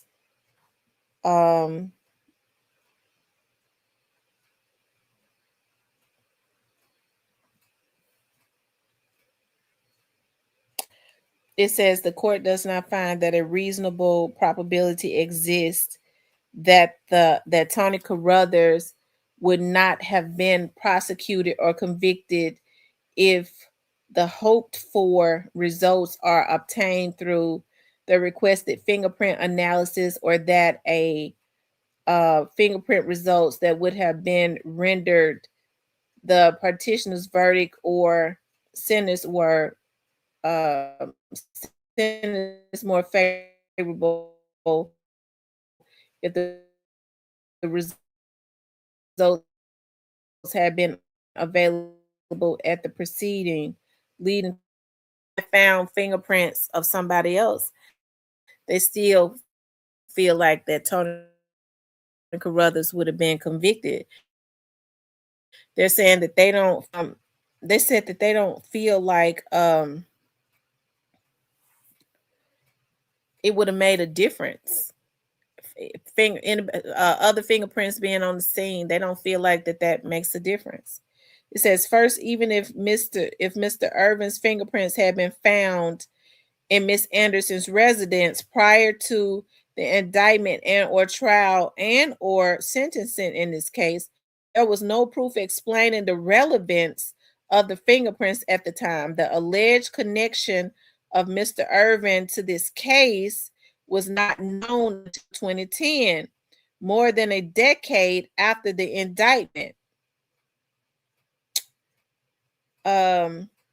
conviction, and sentencing of Mr. Kurthers in this case, without a known connection prior to the indictment and or trial and or sentencing in this case, there is no reasonable probability that Kurthers would have not been prosecuted or convicted. Okay. If exculpatory results had been obtained through fingerprint analysis and no reasonable probability that the fingerprint results would have rendered the Kurthers verdict or sentence more favorable if the results had been available at the proceeding leading to the judgment of conviction. Second, if there had been proof that Mr. Irvin was involved, that fact would not have eliminated the possibility that Tony Kurthers was involved. Third, there was overwhelming evidence, as noted by the state in this case, that Tony Kurthers was involved. Regarding prong to, which is the time in the statutes, the court believes there is ample evidence to show that the prints located in Miss Anderson's residence are still in existence and in such a condition that fingerprint analysis may be conducted. The court bases this findings on the representation that the prints were run through the APHIS system in 2022 and still exist. Regarding prong 3, which is similar in both statuses, the court finds the fingerprints of Ronnie Irvin were not previously subjected to fingerprint analysis and were not subjected to the analysis that is being requested now. I will say this. I used to have to fingerprint people. When I first started with the sheriff's office, I worked in IDFP and intake, and so we would have to fingerprint people and through the APHIS system, and so it always keeps a memory of the fingerprints.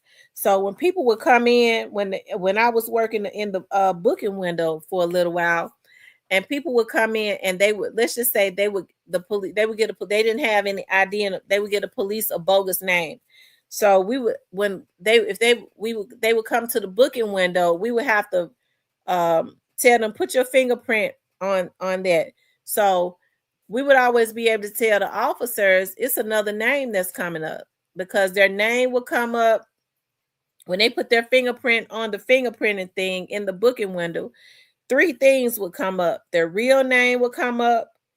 Their if there was a med alert, okay, and their R9 number would come up. And so that's how we would know to put on their tickets. There's a med alert, which means they got some type of disease like the H to the I to the V, hepatitis or something like that. And then we send that over there to the nurse, that all of that will come up because it would say med alert, the name. And so we will be able to tell the officer on the ticket, well, the officer couldn't change it, but by the time they got to IDFP, they put their real name on whatever it is that they had, because the APHIS system keeps a memory of your fingerprints always.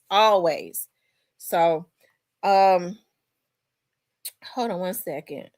So they're saying that this young man that allegedly Montgomery has said that was with him, Mr. Irvin, when they ran the fingerprints, it didn't come up. So that probably meant that Mr. Irvin, if this is a real person, had never been to jail, right? or whoever it was had never been to jail, because they found fingerprints of several people that they said was identified. They couldn't get hits on them because you can't get hits on fingerprints of people that have never been to jail, right? Um, the evidence in the record supports, it says, following the review, the post-conviction court concluded that the petitioner had not met all four prongs as required by statute and dismissed the petition. The evidence in the record supports the trial court's conclusion that the petitioner failed to show that the petitioner would not have been prosecuted or convicted if exculpatory results had been obtained through fingerprints analysis, and that he would have gotten favorable results if the results had been available before trial and sentencing. At best, any alleged exculpatory information would have led to a possible fourth participant, not in the crimes. Even if the analysis revealed exactly what the petitioner asserts, it would not have undermined the significant evidence of James Montgomery. And it says the state's evidence at trial showed that the petitioner planned out these crimes months before and revealed those plans to others. His statements to others indicated anticipation of Marcelo Anderson's murder and even the specific method he planned to use to conceal the murders: burial in a cemetery.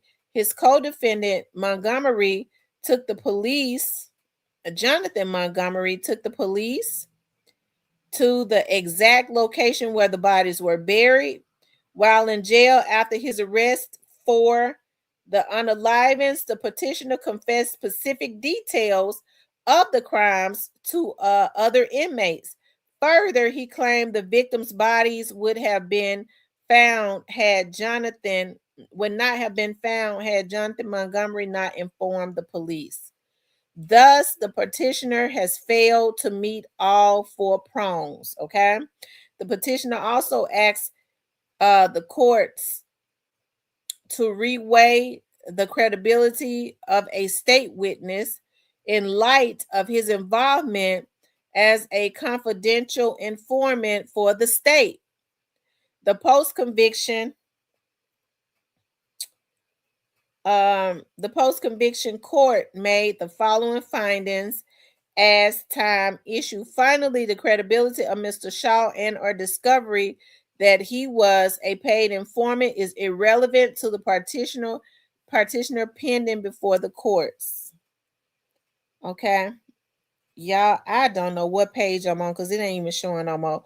It says, according to Tony Kurthers, accordingly, because the petitioner failed to satisfy all four elements of Section 404 or Section 405, the trial court did not abuse its discretion when it summarily, my tongue got tired, dismissed his petition. The petitioner is not entitled to relief. Okay, that was okay. So that was okay. The conclusion. Based on the foregoing reasoning and authorities, we affirm the post-convictions court's judgment. Okay, so I don't know how I got down. I know I didn't read 15 pages. I must have just been, I might have did though. But anyways, it was a lot of stuff that came out because when James Montgomery he filed for an appeal on a technicality, James Montgomery had not been in and out of jail a whole lot. And according to him, he felt like having his trial with Tony Kurthers made him look guilty. Okay. And so based on that, an appellate judge agreed with him and gave him an appeal to another trial. Okay. Gave him an appeal, but instead of going to trial again, he agreed to plead out and to second degree murder. And that is when he alleged that Tony Kurthers, he says Tony Kurthers was not with him at the graveyard. It was another man. Okay. Which what's weird to me though, if he said that there was another man, why didn't the police look into that? That I don't see where they looked into that at all, other than they felt like, basically, in other words, they felt like Montgomery was not credible. They felt like he wasn't credible. So I guess even with other fingerprints and stuff being on there, they felt like he wasn't credible. So and because whoever these people that had the fingerprints that they found, it wasn't an APHIS, so they didn't bother, which is weird. Anyways, y'all, I hate it for Tony Kurthers' family, but my heart also goes out to the victims, and that was a heinous way that they suffered. But here's the thing about it: the family is still not getting justice. Let's be real about that. Anytime you got Tony Montgomery walking around outside, and he admitted that he did this when he pleaded guilty to second degree murder. You got other people that was possibly involved in this. I mean, they still not getting no justice. I think it was a travesty of justice when you let one of them out. My thing is, if Tony is gonna get the death penalty, all of them should have the death penalty. You don't let one out on the technicality, and he plead guilty. He get out on the technicality and kill the other. I was talking to one of my friends that's a police officer, and I said, I was telling him how I felt about that. And he said, so are you saying to me that because one decided to plead out and the other one didn't, that the other one should not be killed? I said, yes. My thing is, if they let one out, why not just commute his sentence to, especially if they're saying give him a stay? And I'm not caping for him or anything, because I believe that he was involved. I absolutely do. But my thing is, I think his sentence, since they got one of them out, and then they ain't bothering to look for the others who had they said there were other fingerprints that was unidentified, commute the man's sentence. But I don't know, y'all.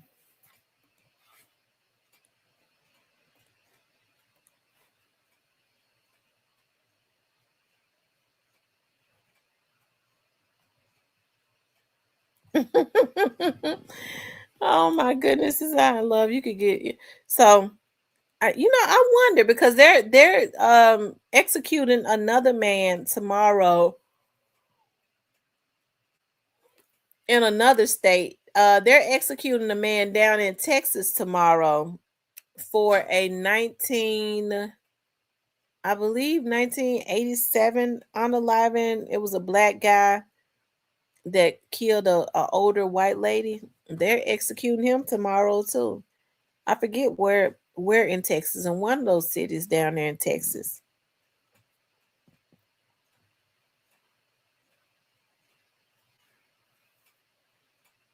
He says he pleaded out, but Montgomery helps close a murder case.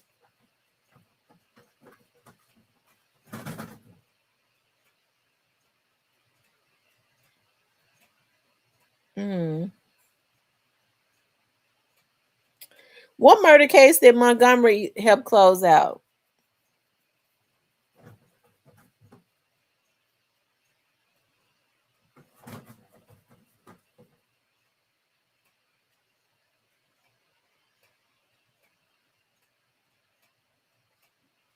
So, like I said, y'all, it's sad all the way across the board. The way that they died is, oh my God. And I don't know how do they plan to, because the state of Tennessee still has the electric chair. Mickey Wright, the code enforcer.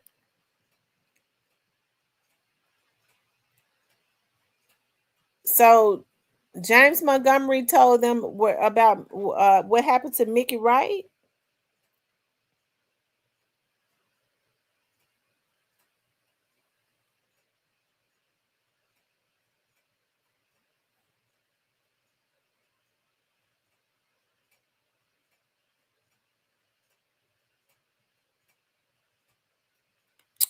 So,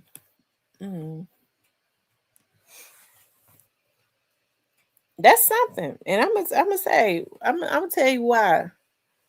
Because I was working Crime Stoppers and we were the ones that went over. It was our crew that went over there and paid out that money. It was a white lady that came up in there and got that $25,000, and they paid her in cash. They tried to say she was the one that solved it, and that's the only reason why I know is because we were in Crime Stoppers. We paid.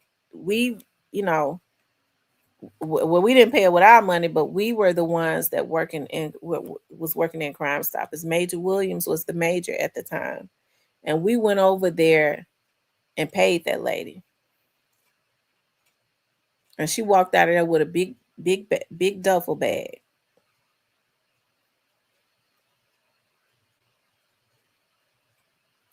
Dale Martis was locked up with Montgomery. Is Dale Martis? Is that the white guy that killed Mickey Wright? And he didn't get no time either. Who is Dale Martis? Let me see. Is that the white guy that killed Mickey Wright?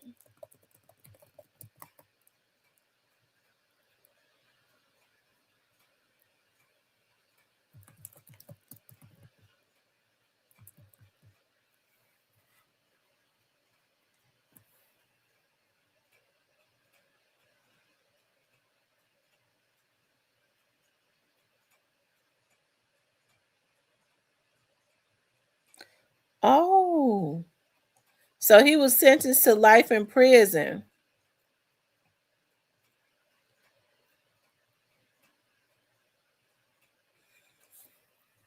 It says the Justice Department announced today that Dale Martis, 57, was sentenced today to life in prison with no possibility of parole for the racially motivated killing of Shelby County 10 code enforcement officer Mickey Wright. Now, those of you all, do y'all know who Mickey Wright is? Y'all know that Mickey Wright is Memphis Hits, the producer. That's his father. K Michelle, one K Michelle said uh abused her, and he was married to Lil Wayne's baby mama. Um Memphis, that was his father, the code enforcer that man killed. It says Martis pleaded guilty on March 21st, 2021 to the racially motivated killing of Officer Wright. Last week, federal prosecutors and investigators discovered that Martis murdered another man, Henry Ackerman, in the summer of 98. They confronted Martis with the new information on July 1st, 2021, and Martis confessed to the second murder. So he had killed another man. Judge Donald imposed the life sentence after Martis dropped his objections to the sentencing recommendation and admitted that his killing of Wright was first-degree murder. In addition to agreeing to the federal life sentence, Martis also agreed to plead guilty to first-degree murder for the murder of Ackerman in Shelby County Criminal Court, and was sentenced to life. Martis murdered Mickey Wright on April 17, 2001, and was federally indicted for the killing on January 2008 after pleading no contest to the state murder charges.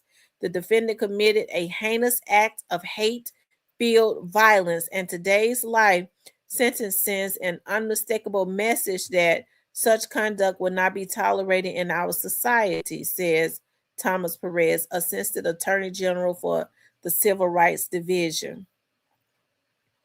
Oh my God. Whew.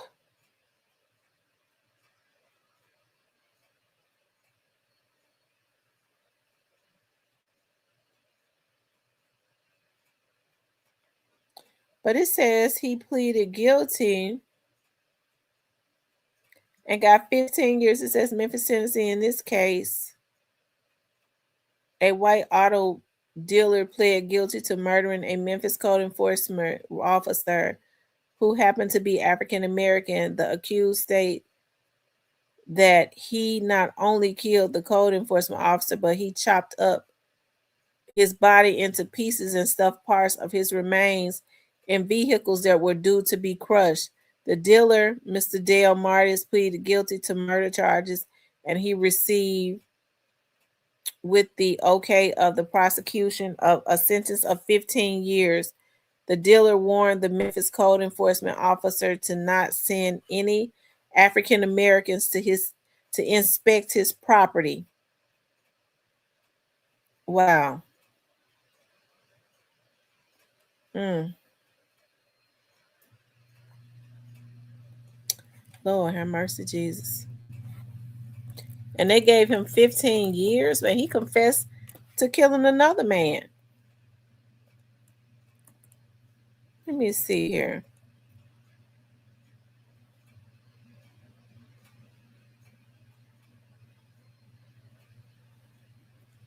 Here you go, right here.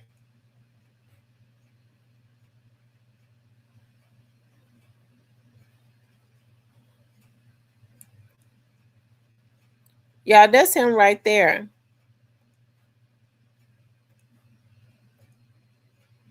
That's who killed Memphis' dad.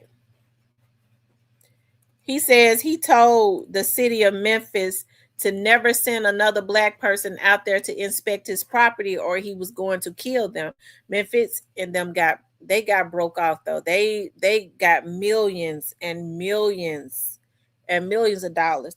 Memphis' brother Jason went to school with my little sister, and they lived like around the corner from us when we was growing up. And Jason was a really nice kid.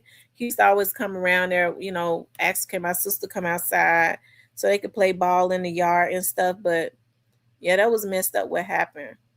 That was messed up. And that's something, and I'm glad, but it was a white lady that came and collected that money. So they're saying that Montgomery was the one that told it. So I mean, the one that solved the case, and they paid somebody else.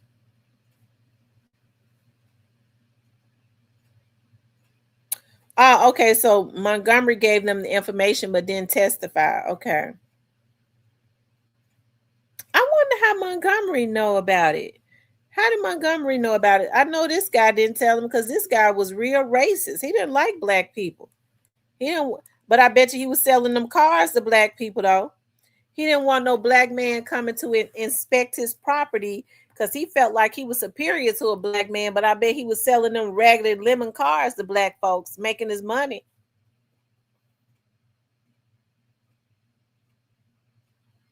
It says he exposed from behind the scenes a for hire plot.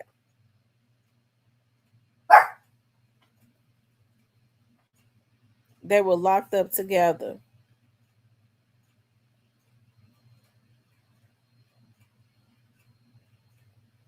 Oh wow.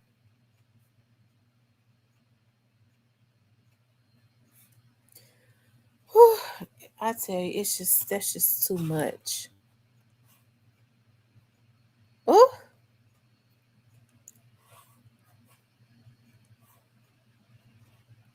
hold on.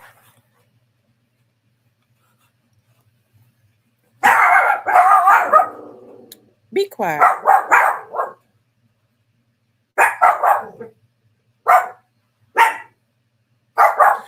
So this is Mickey Wright Sr. right here. That's Memphis daddy right there. That's who was killed.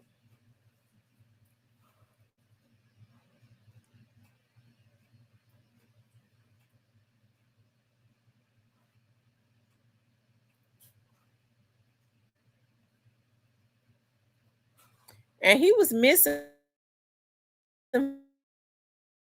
for a long time. He was missing for a long time.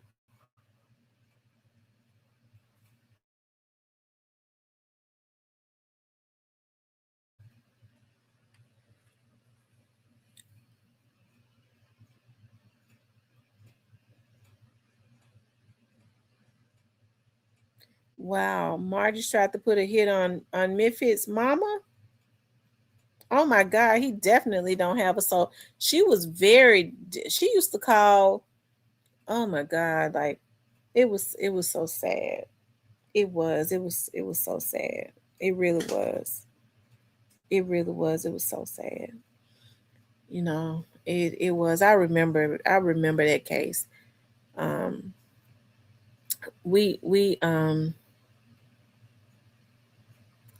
we dealt with the tips and stuff and the payouts as it relates to that case.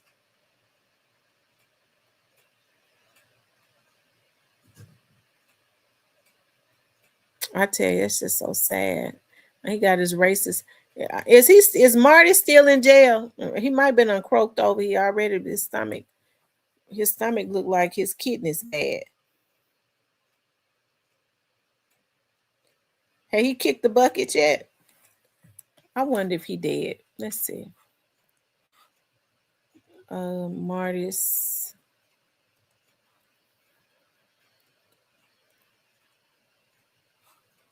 Dale Martis.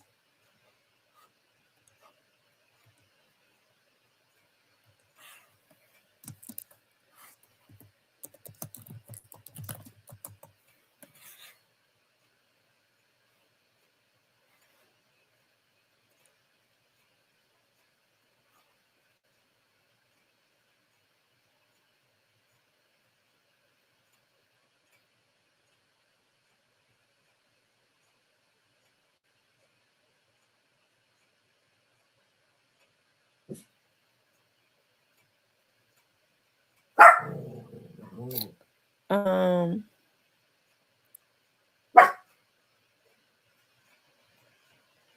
Oh wow, they just remembered Mickey Wright. It's been 25 years. Oh wow.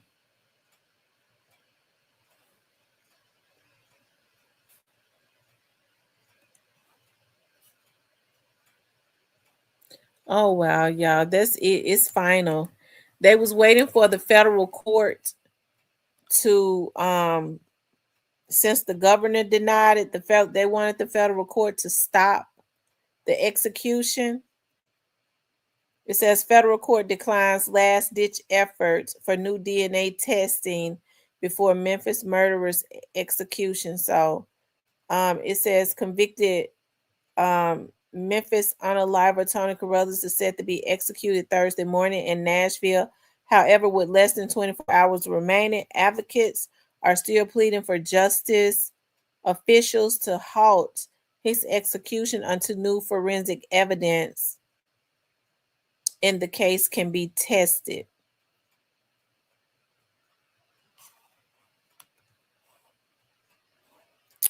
Wow. I tell you, that's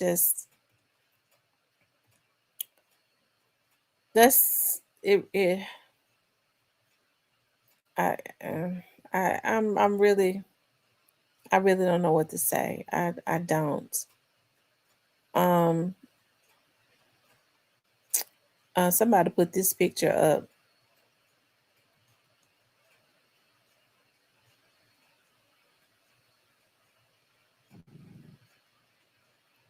That's Tony Carruthers right there.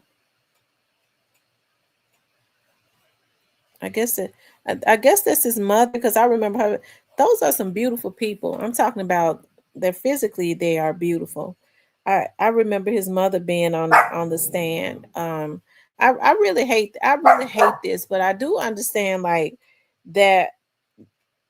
I understand like the victims gotta they have to get justice, but I really feel like it's a travesty of justice for the victims because according to law enforcement, the coldest one of them is walking the street. So it's still a travesty of justice.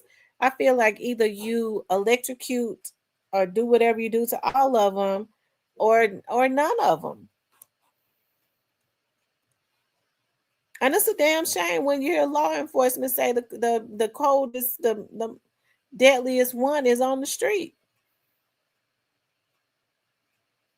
He says, I went to a school with his brother Terrence.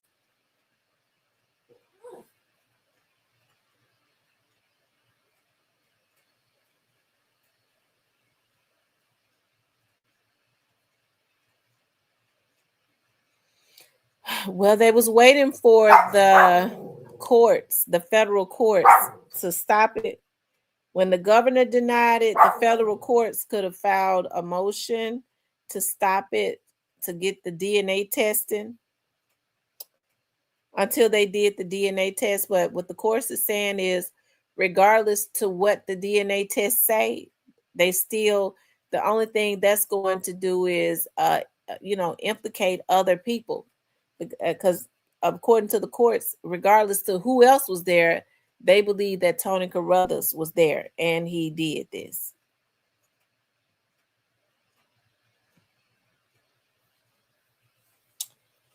So,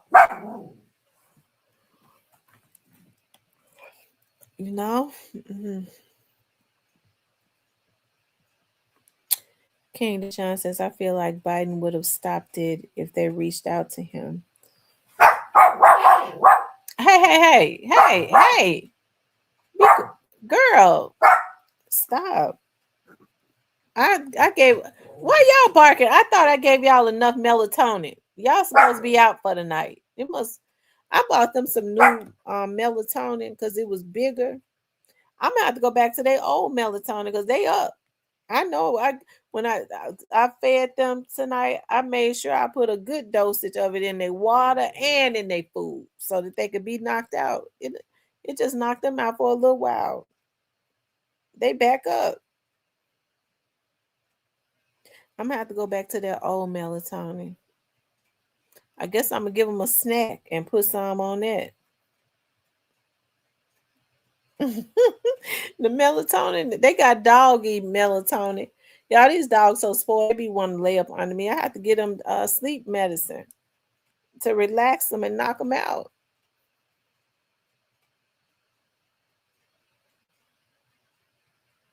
Roscoe and Rainbow, I didn't give them enough.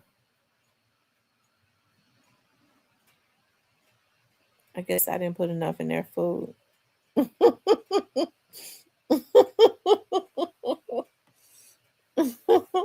Yeah, it's doggy melatonin.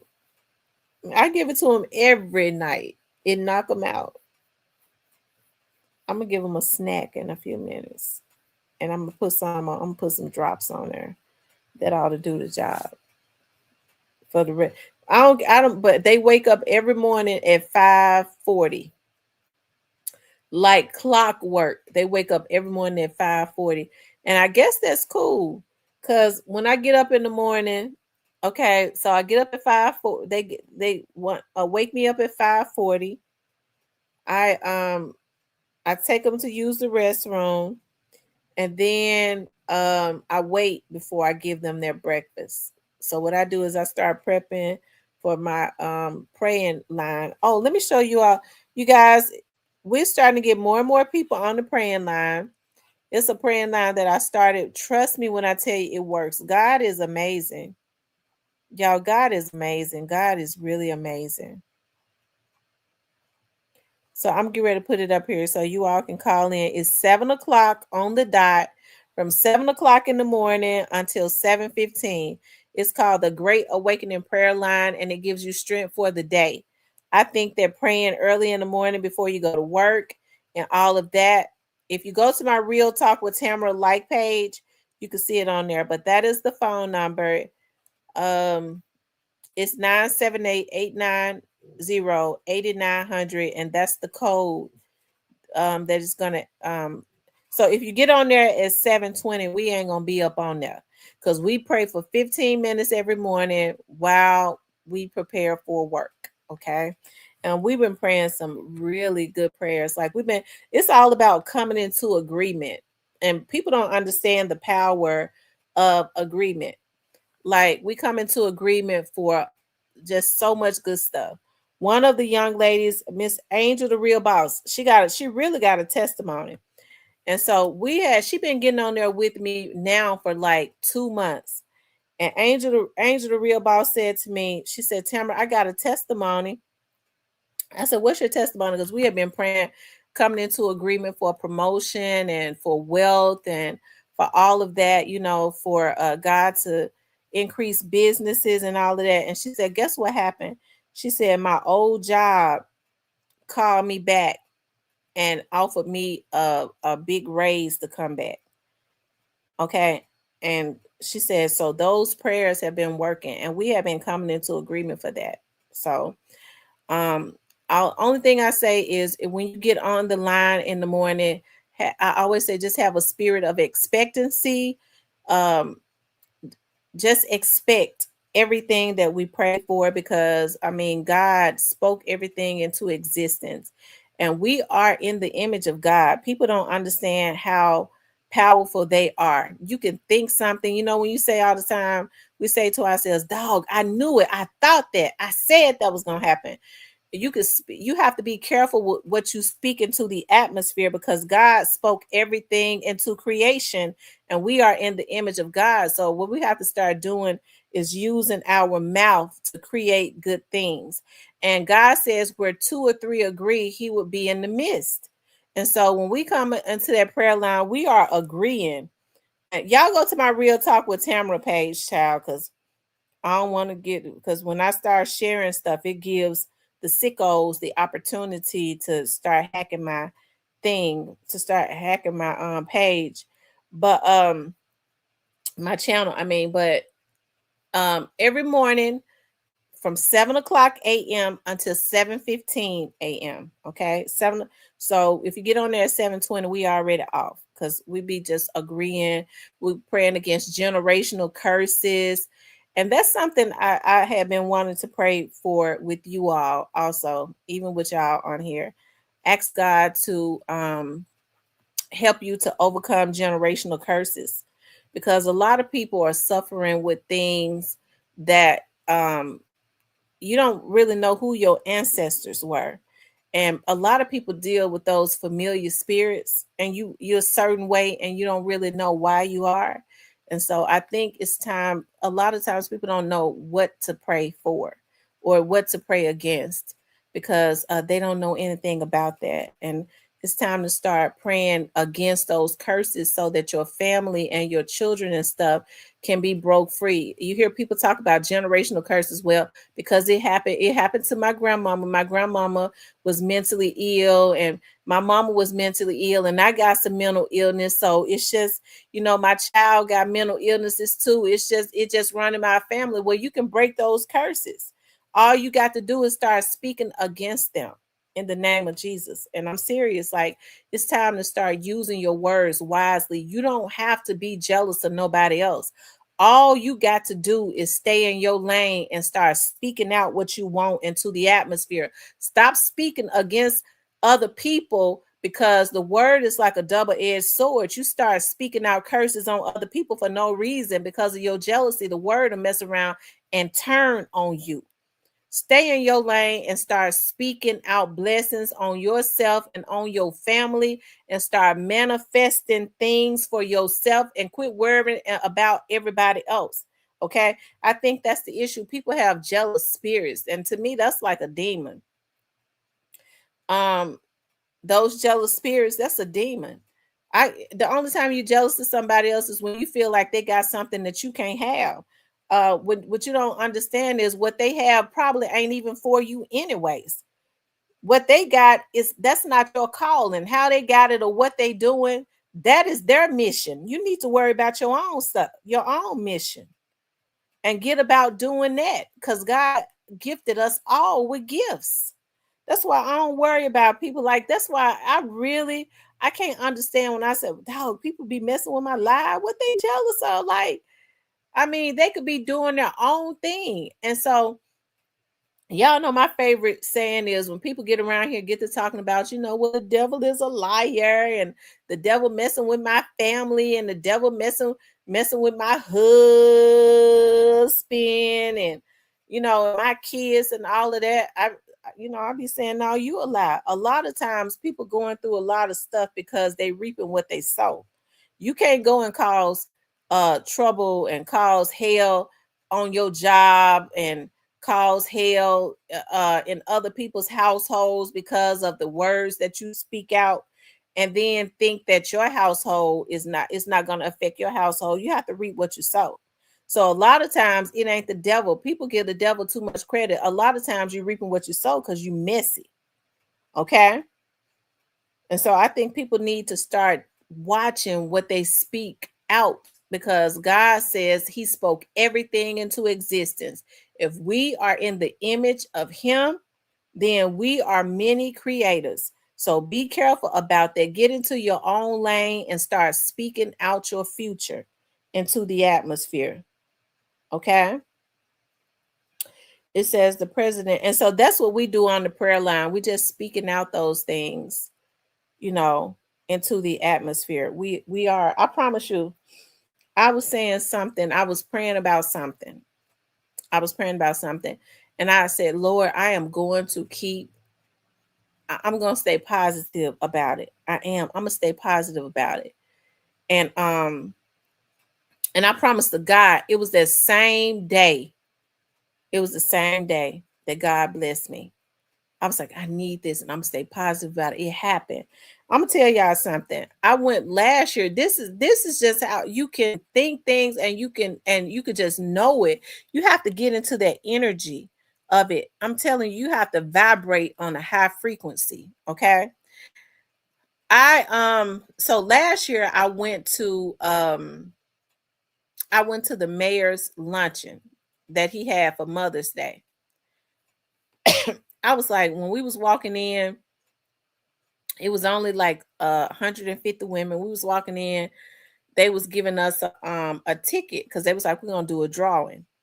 I said to the ladies, I was like, I've never won anything. But I started saying in my mind, I said, but I'm going to win today. I know it's 150 women up in here, but I'm going to win. I'm going to win that gift today. And I promise you, they started pulling, they shook up the bag. And it was like the first ticket that they pulled, it was mine. I was like, oh my God. I said, I'm going to win today. I put it into the atmosphere. I had never won anything. This year, I went back. I went like on a whim because I wasn't going to go. And I was like, well, I'm going to go on and go. So I went, and I was like, I won last year. I'm so blessed. I'm going to mess around and win again this year. How about they shook up the bag, and guess who ticket they pulled? I won the prize again this year. That's why I say you have to get into like the energy. And I'm just saying, like, it's not like the prizes were big or anything. It's just like I was just sitting there saying, I just believe I'm a win. I won like I did last year, and I won again. The lady was like, I was here last year. Did you win last year? I said, yeah, I did. To just stick your hand in a bag and pull my ticket out of 150 women twice. And those things have been happening, like just getting into my energy, even like with school. I was like, Lord, I had been wanting to go back to school. And I was like, I only got a few hours. I just want to just get my degree. I was like, I'm going to just go on and get my degree in, because I had changed my major so many times. I had no idea what God was doing for me. And so I had studied criminal justice when I was going through the academy with the Memphis Police Department, because that was required, right? Because they was paying for my schooling. And then when I injured my hip and I had to leave the academy, I ended up working for the sheriff's office. It was like my kids were growing up. I could not focus on school. So when I last year, I decided, I was like, I'm ready. I had so much stuff going on last year that the devil tried to do to keep me depressed. I was like, one of those things, my mom was like, you need to decide what you want to do. I said, I want to finish out my degree. That's one of those things that I want to do, but I'm scared I'm not going to be able to focus. And I prayed about that thing. I was like, Lord, I was like, God, I know that school is expensive. I've exhausted like all of, because I was going to school before I wasn't studying no school when I was going to school early on. So I had exhausted all of the financial aid really that was out there a long time ago, messing around in school. And I started praying because y'all know I went and took some grant writing classes, so I know how to look for grants. And so I started praying about it. I was like, Lord, if it is meant for me to go to school, then but my job was going to reimburse me. I was like, I was going to pay for it anyways and let my job reimburse me for it. But I was like, God, I don't want to have to come out of my pocket. School is so expensive in the beginning just to pay up front anyways. If it's meant for me to go to school, you will let me find a grant. And I found one. I found a grant and that paid for my schooling for a few years. And I knew at that point it was meant. I was like, Lord, please just let me stay focused so that I can get good grades. I promise you, I don't make anything lower than a B. I was like, dog, why is it that, I couldn't do this when I was going the first time? Like, I'm just laser focused. I was talking to my counselor, my financial, not my financial, but my counselor. And so my academic counselor was like, okay, well, when when I started back last year, she was like, "Well, you have so many hours." She said, "You could get a degree. You could get a degree in criminal justice." And I had changed my major to psychology. She was like, "The last time you was here, you was your major was psychology." She said, "But you have so many hours in all of your classes. You could get a degree in law if you want to." She was like, "So it could be criminal justice, psychology, or law." And I said, well, I think I'll change my major to pre-law. And I've been loving it so much. And it's just only right because I work with lawyers and stuff every day. So, I mean, I love it. The information that I get, God has just fixed it. I prayed and asked God, Lord, let me stay focused. Let me love it. And I love it. And I stay focused, but I spoke it out. I thought it and I started speaking it out. And I think that's what people have to do, right? You have to drown out everything else. I hate to be like this, but anything that distracts me or starts to trouble my spirit, I cut it off. I didn't just get this way. I told my mama I wish I was like this in my 20s and in my 30s. But anything, and I don't like to be cruel or anything, but if it starts to disturb my peace, I cut it off. That's the only way at this point I know how to survive. And I think that's what people have to do. Like when you don't have people helping to like root you on and say, girl, you can do this, and not discourage you, because people try to discourage you because they're caught up in stuff. I was telling my sister one day, she got this friend, and I told her, I said, I think you probably, one of the issues that you have is that girl is real negative. She's a real negative person. um, and I think my sister, and she got several friends, I think she's starting to see that now. She was like, you know what? I was talking to her, and my sister is going through a situation now. She's going through she's getting ready to go through she was going through a real bad divorce, or get ready to go through one anyways. And she was real troubled. And sometimes when you're going through stuff like that, people want to see you. Women have to be very careful. Okay. I never in my life thought I would live to see women celebrate other women hurting. It's so many damaged women that they celebrate or they love to see other women going through stuff instead of trying to uplift them. And so I think as it relates to anybody, but especially other women, you have to find your village that really supports you. If they don't support you, if they keep your spirit drained, they only call you to dump their problems on you like you the damn garbage can. What you got to do is cut it off. You got to survive. It's too easy to get depressed now, anyways. I think it's something they put in the food and the water to mess with our mental. So you really have to work hard to stay sane these days, right? Without dealing with a damn lunatic. Okay. Old miserable lunatic that's got issues. Some of these folks need to be sitting on somebody's couch. It ain't nothing wrong with going to get yourself some help. Okay. I did. I had to go get in some grief counseling. And did that last summer, and that's the best thing that I could have ever did for myself. It's like I got my second wind, and I'm serious.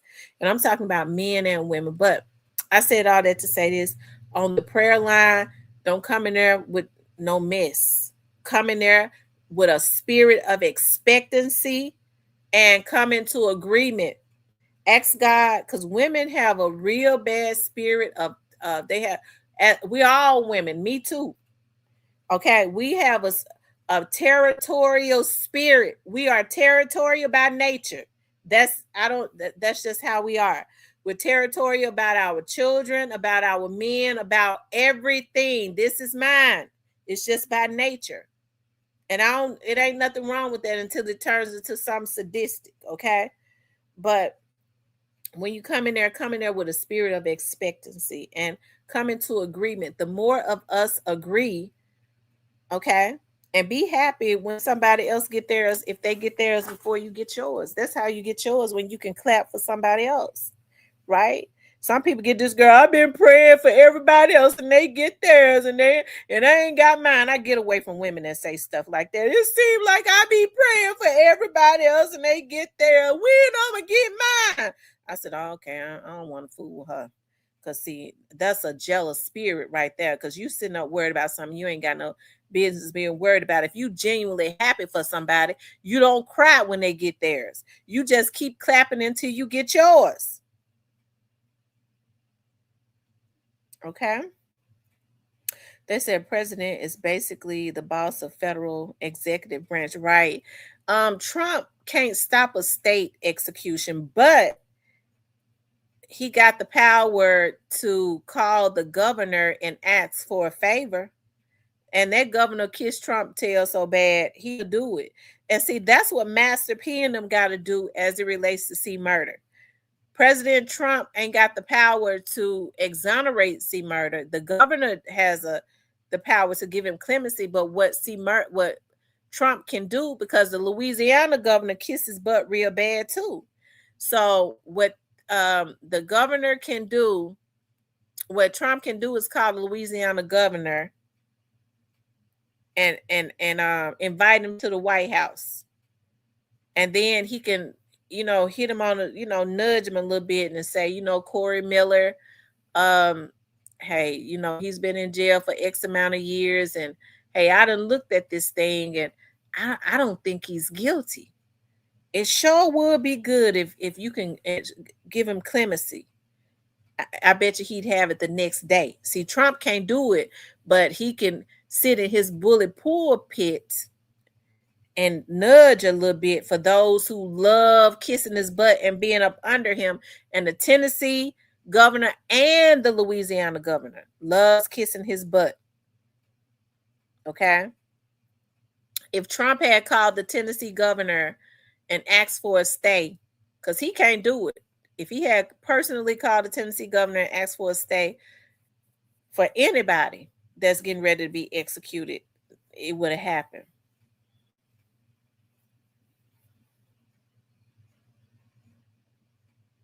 He can't tell him to do it, but he can ask him to do it for a favor.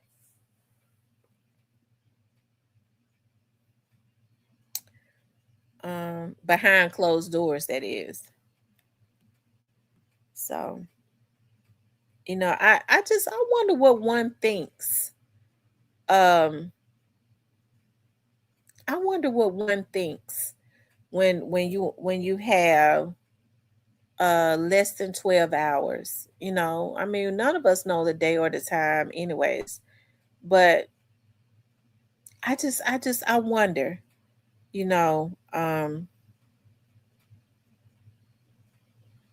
do they go get him from his cell and make him walk there? I mean, I can only imagine, like, they make him pack. Oh, I wonder how that happens.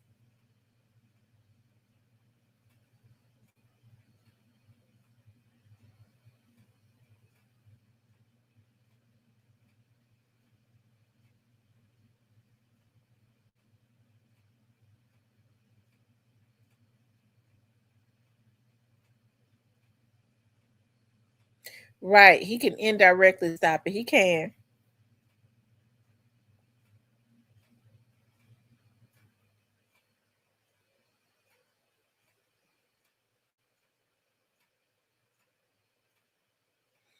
If he call and ask them to do it, they'll do it. They kiss his butt so bad, they'll do it if he asks them.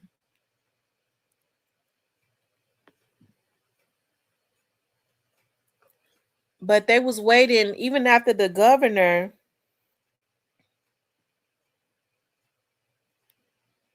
Well, that's true, Marquette. It do. It hits different. Like I wouldn't walk I wouldn't walk there. I do they carry him there? Because I can't imagine nobody wouldn't touch him.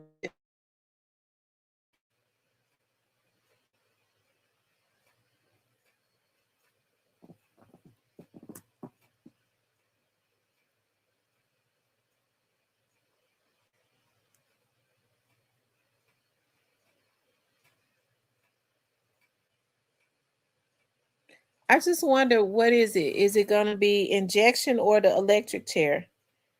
I think the electric chair is so cool. They had started banning the electric chair in a lot of states because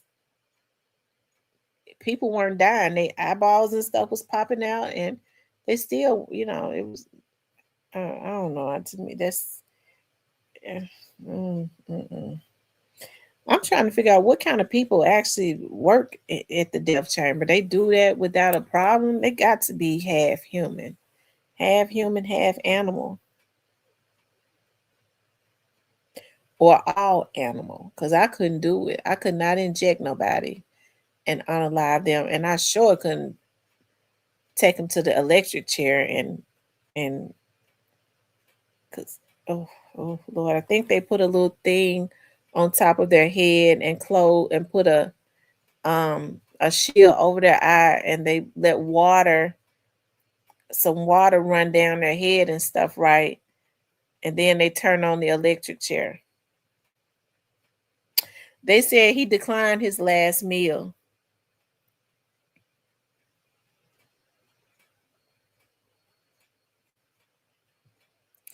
Like I said, you all, if you know, either electrocute all of them or give or none of them.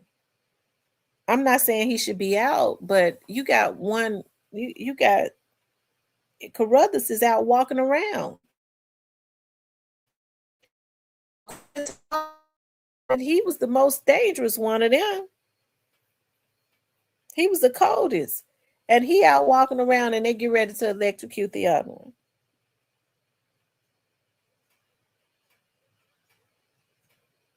Yeah, Tennessee still has a chair. I think they give them the choice of if they want to be injected or if they want the chair. I think they're given the choice, I think.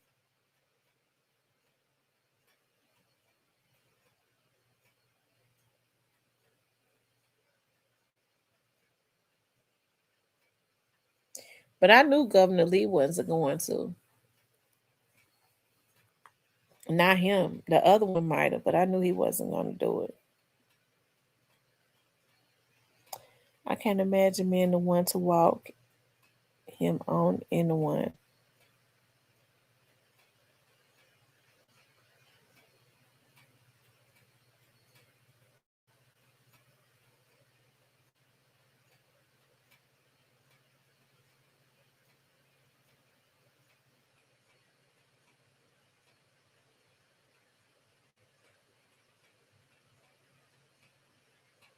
They said he didn't have anything money.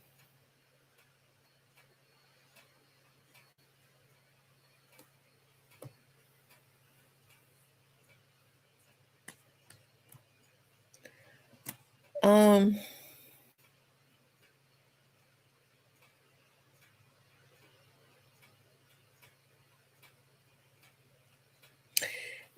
I was looking at the young man's father.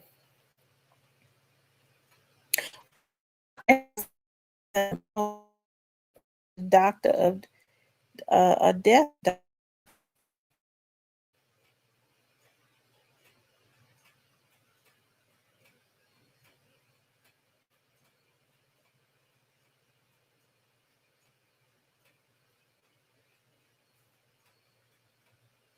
Lord Jesus.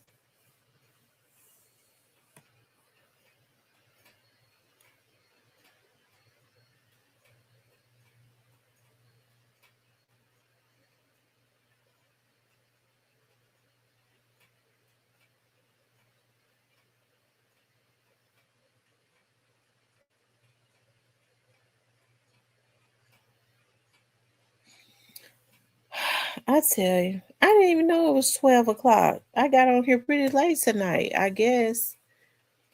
We'll talk about this tomorrow by the time I get home from work.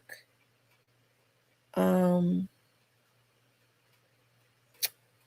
they would have it would have already happened. I know that's why I don't need to drink no wine. I didn't even know it was 12 o'clock. I don't know. I get around, I drink a little bit of wine. I ain't gonna drink. This is the second night that I have drank some wine to unwind. I'm not drinking no wine tomorrow night. And y'all know I like that sweet wine. I would be sitting over there on my bar. I still got, it's so weird because I still got that Jack Daniel and brandy from when I had COVID and I had to make hot toddies back in, I believe, 2001. I need to throw it away because it might be spoiled. As a matter of fact, that brandy, one of those bottles of brandy, I never opened. I went out of town. My daughter was house sitting for me. I came back. I said, "What?" I said, "You opened my brandy?" Yeah, yeah. I just wanted to see what it tastes like because it said it's vanilla. It's got vanilla in it. I said, "You open up my stuff, my brandy. You open it before I did." I said, "Oh, mom, it was so nasty." I said, "Oh God, she'll never keep my house again because she always messing with something."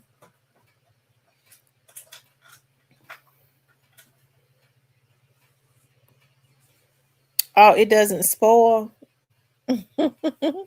I didn't know that. I know it's been sitting over there since 2001. Well, it's been on the bar since 2001 because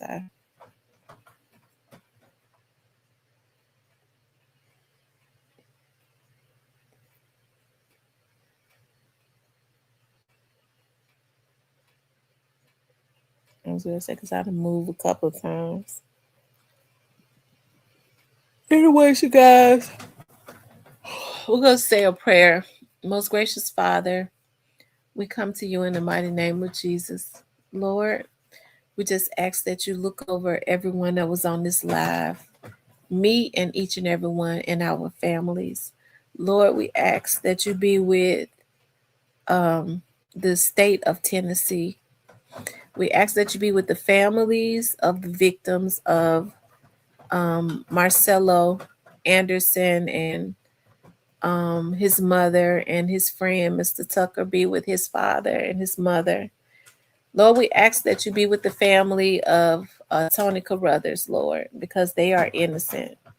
In the name of Jesus, Lord, we just ask that you give them all peace and comfort in this time of trouble. Lord, we just thank you right now for your peace that surpasses all understanding. We ask that you let your will be done in all things. No weapon formed against any of us shall prosper. Anything that rises up against us will be condemned. I ask that you allow each and every one of us to sleep peacefully tonight as you watch over us and our families, keeping our property safe. In Jesus' name we pray. Amen. All right, you guys. I love you all. Y'all sleep peacefully tonight. Y'all make sure y'all get on my praying line in the morning at 7 o'clock a.m. Go to Real Talk with Tamara Facebook page. And the number and the code is on there. So if you get up in time, Y'all get on and join us in the morning. Come in with a spirit of expectancy and agreement. Okay. I love you all. Y'all sleep well tonight. I'll talk with you later.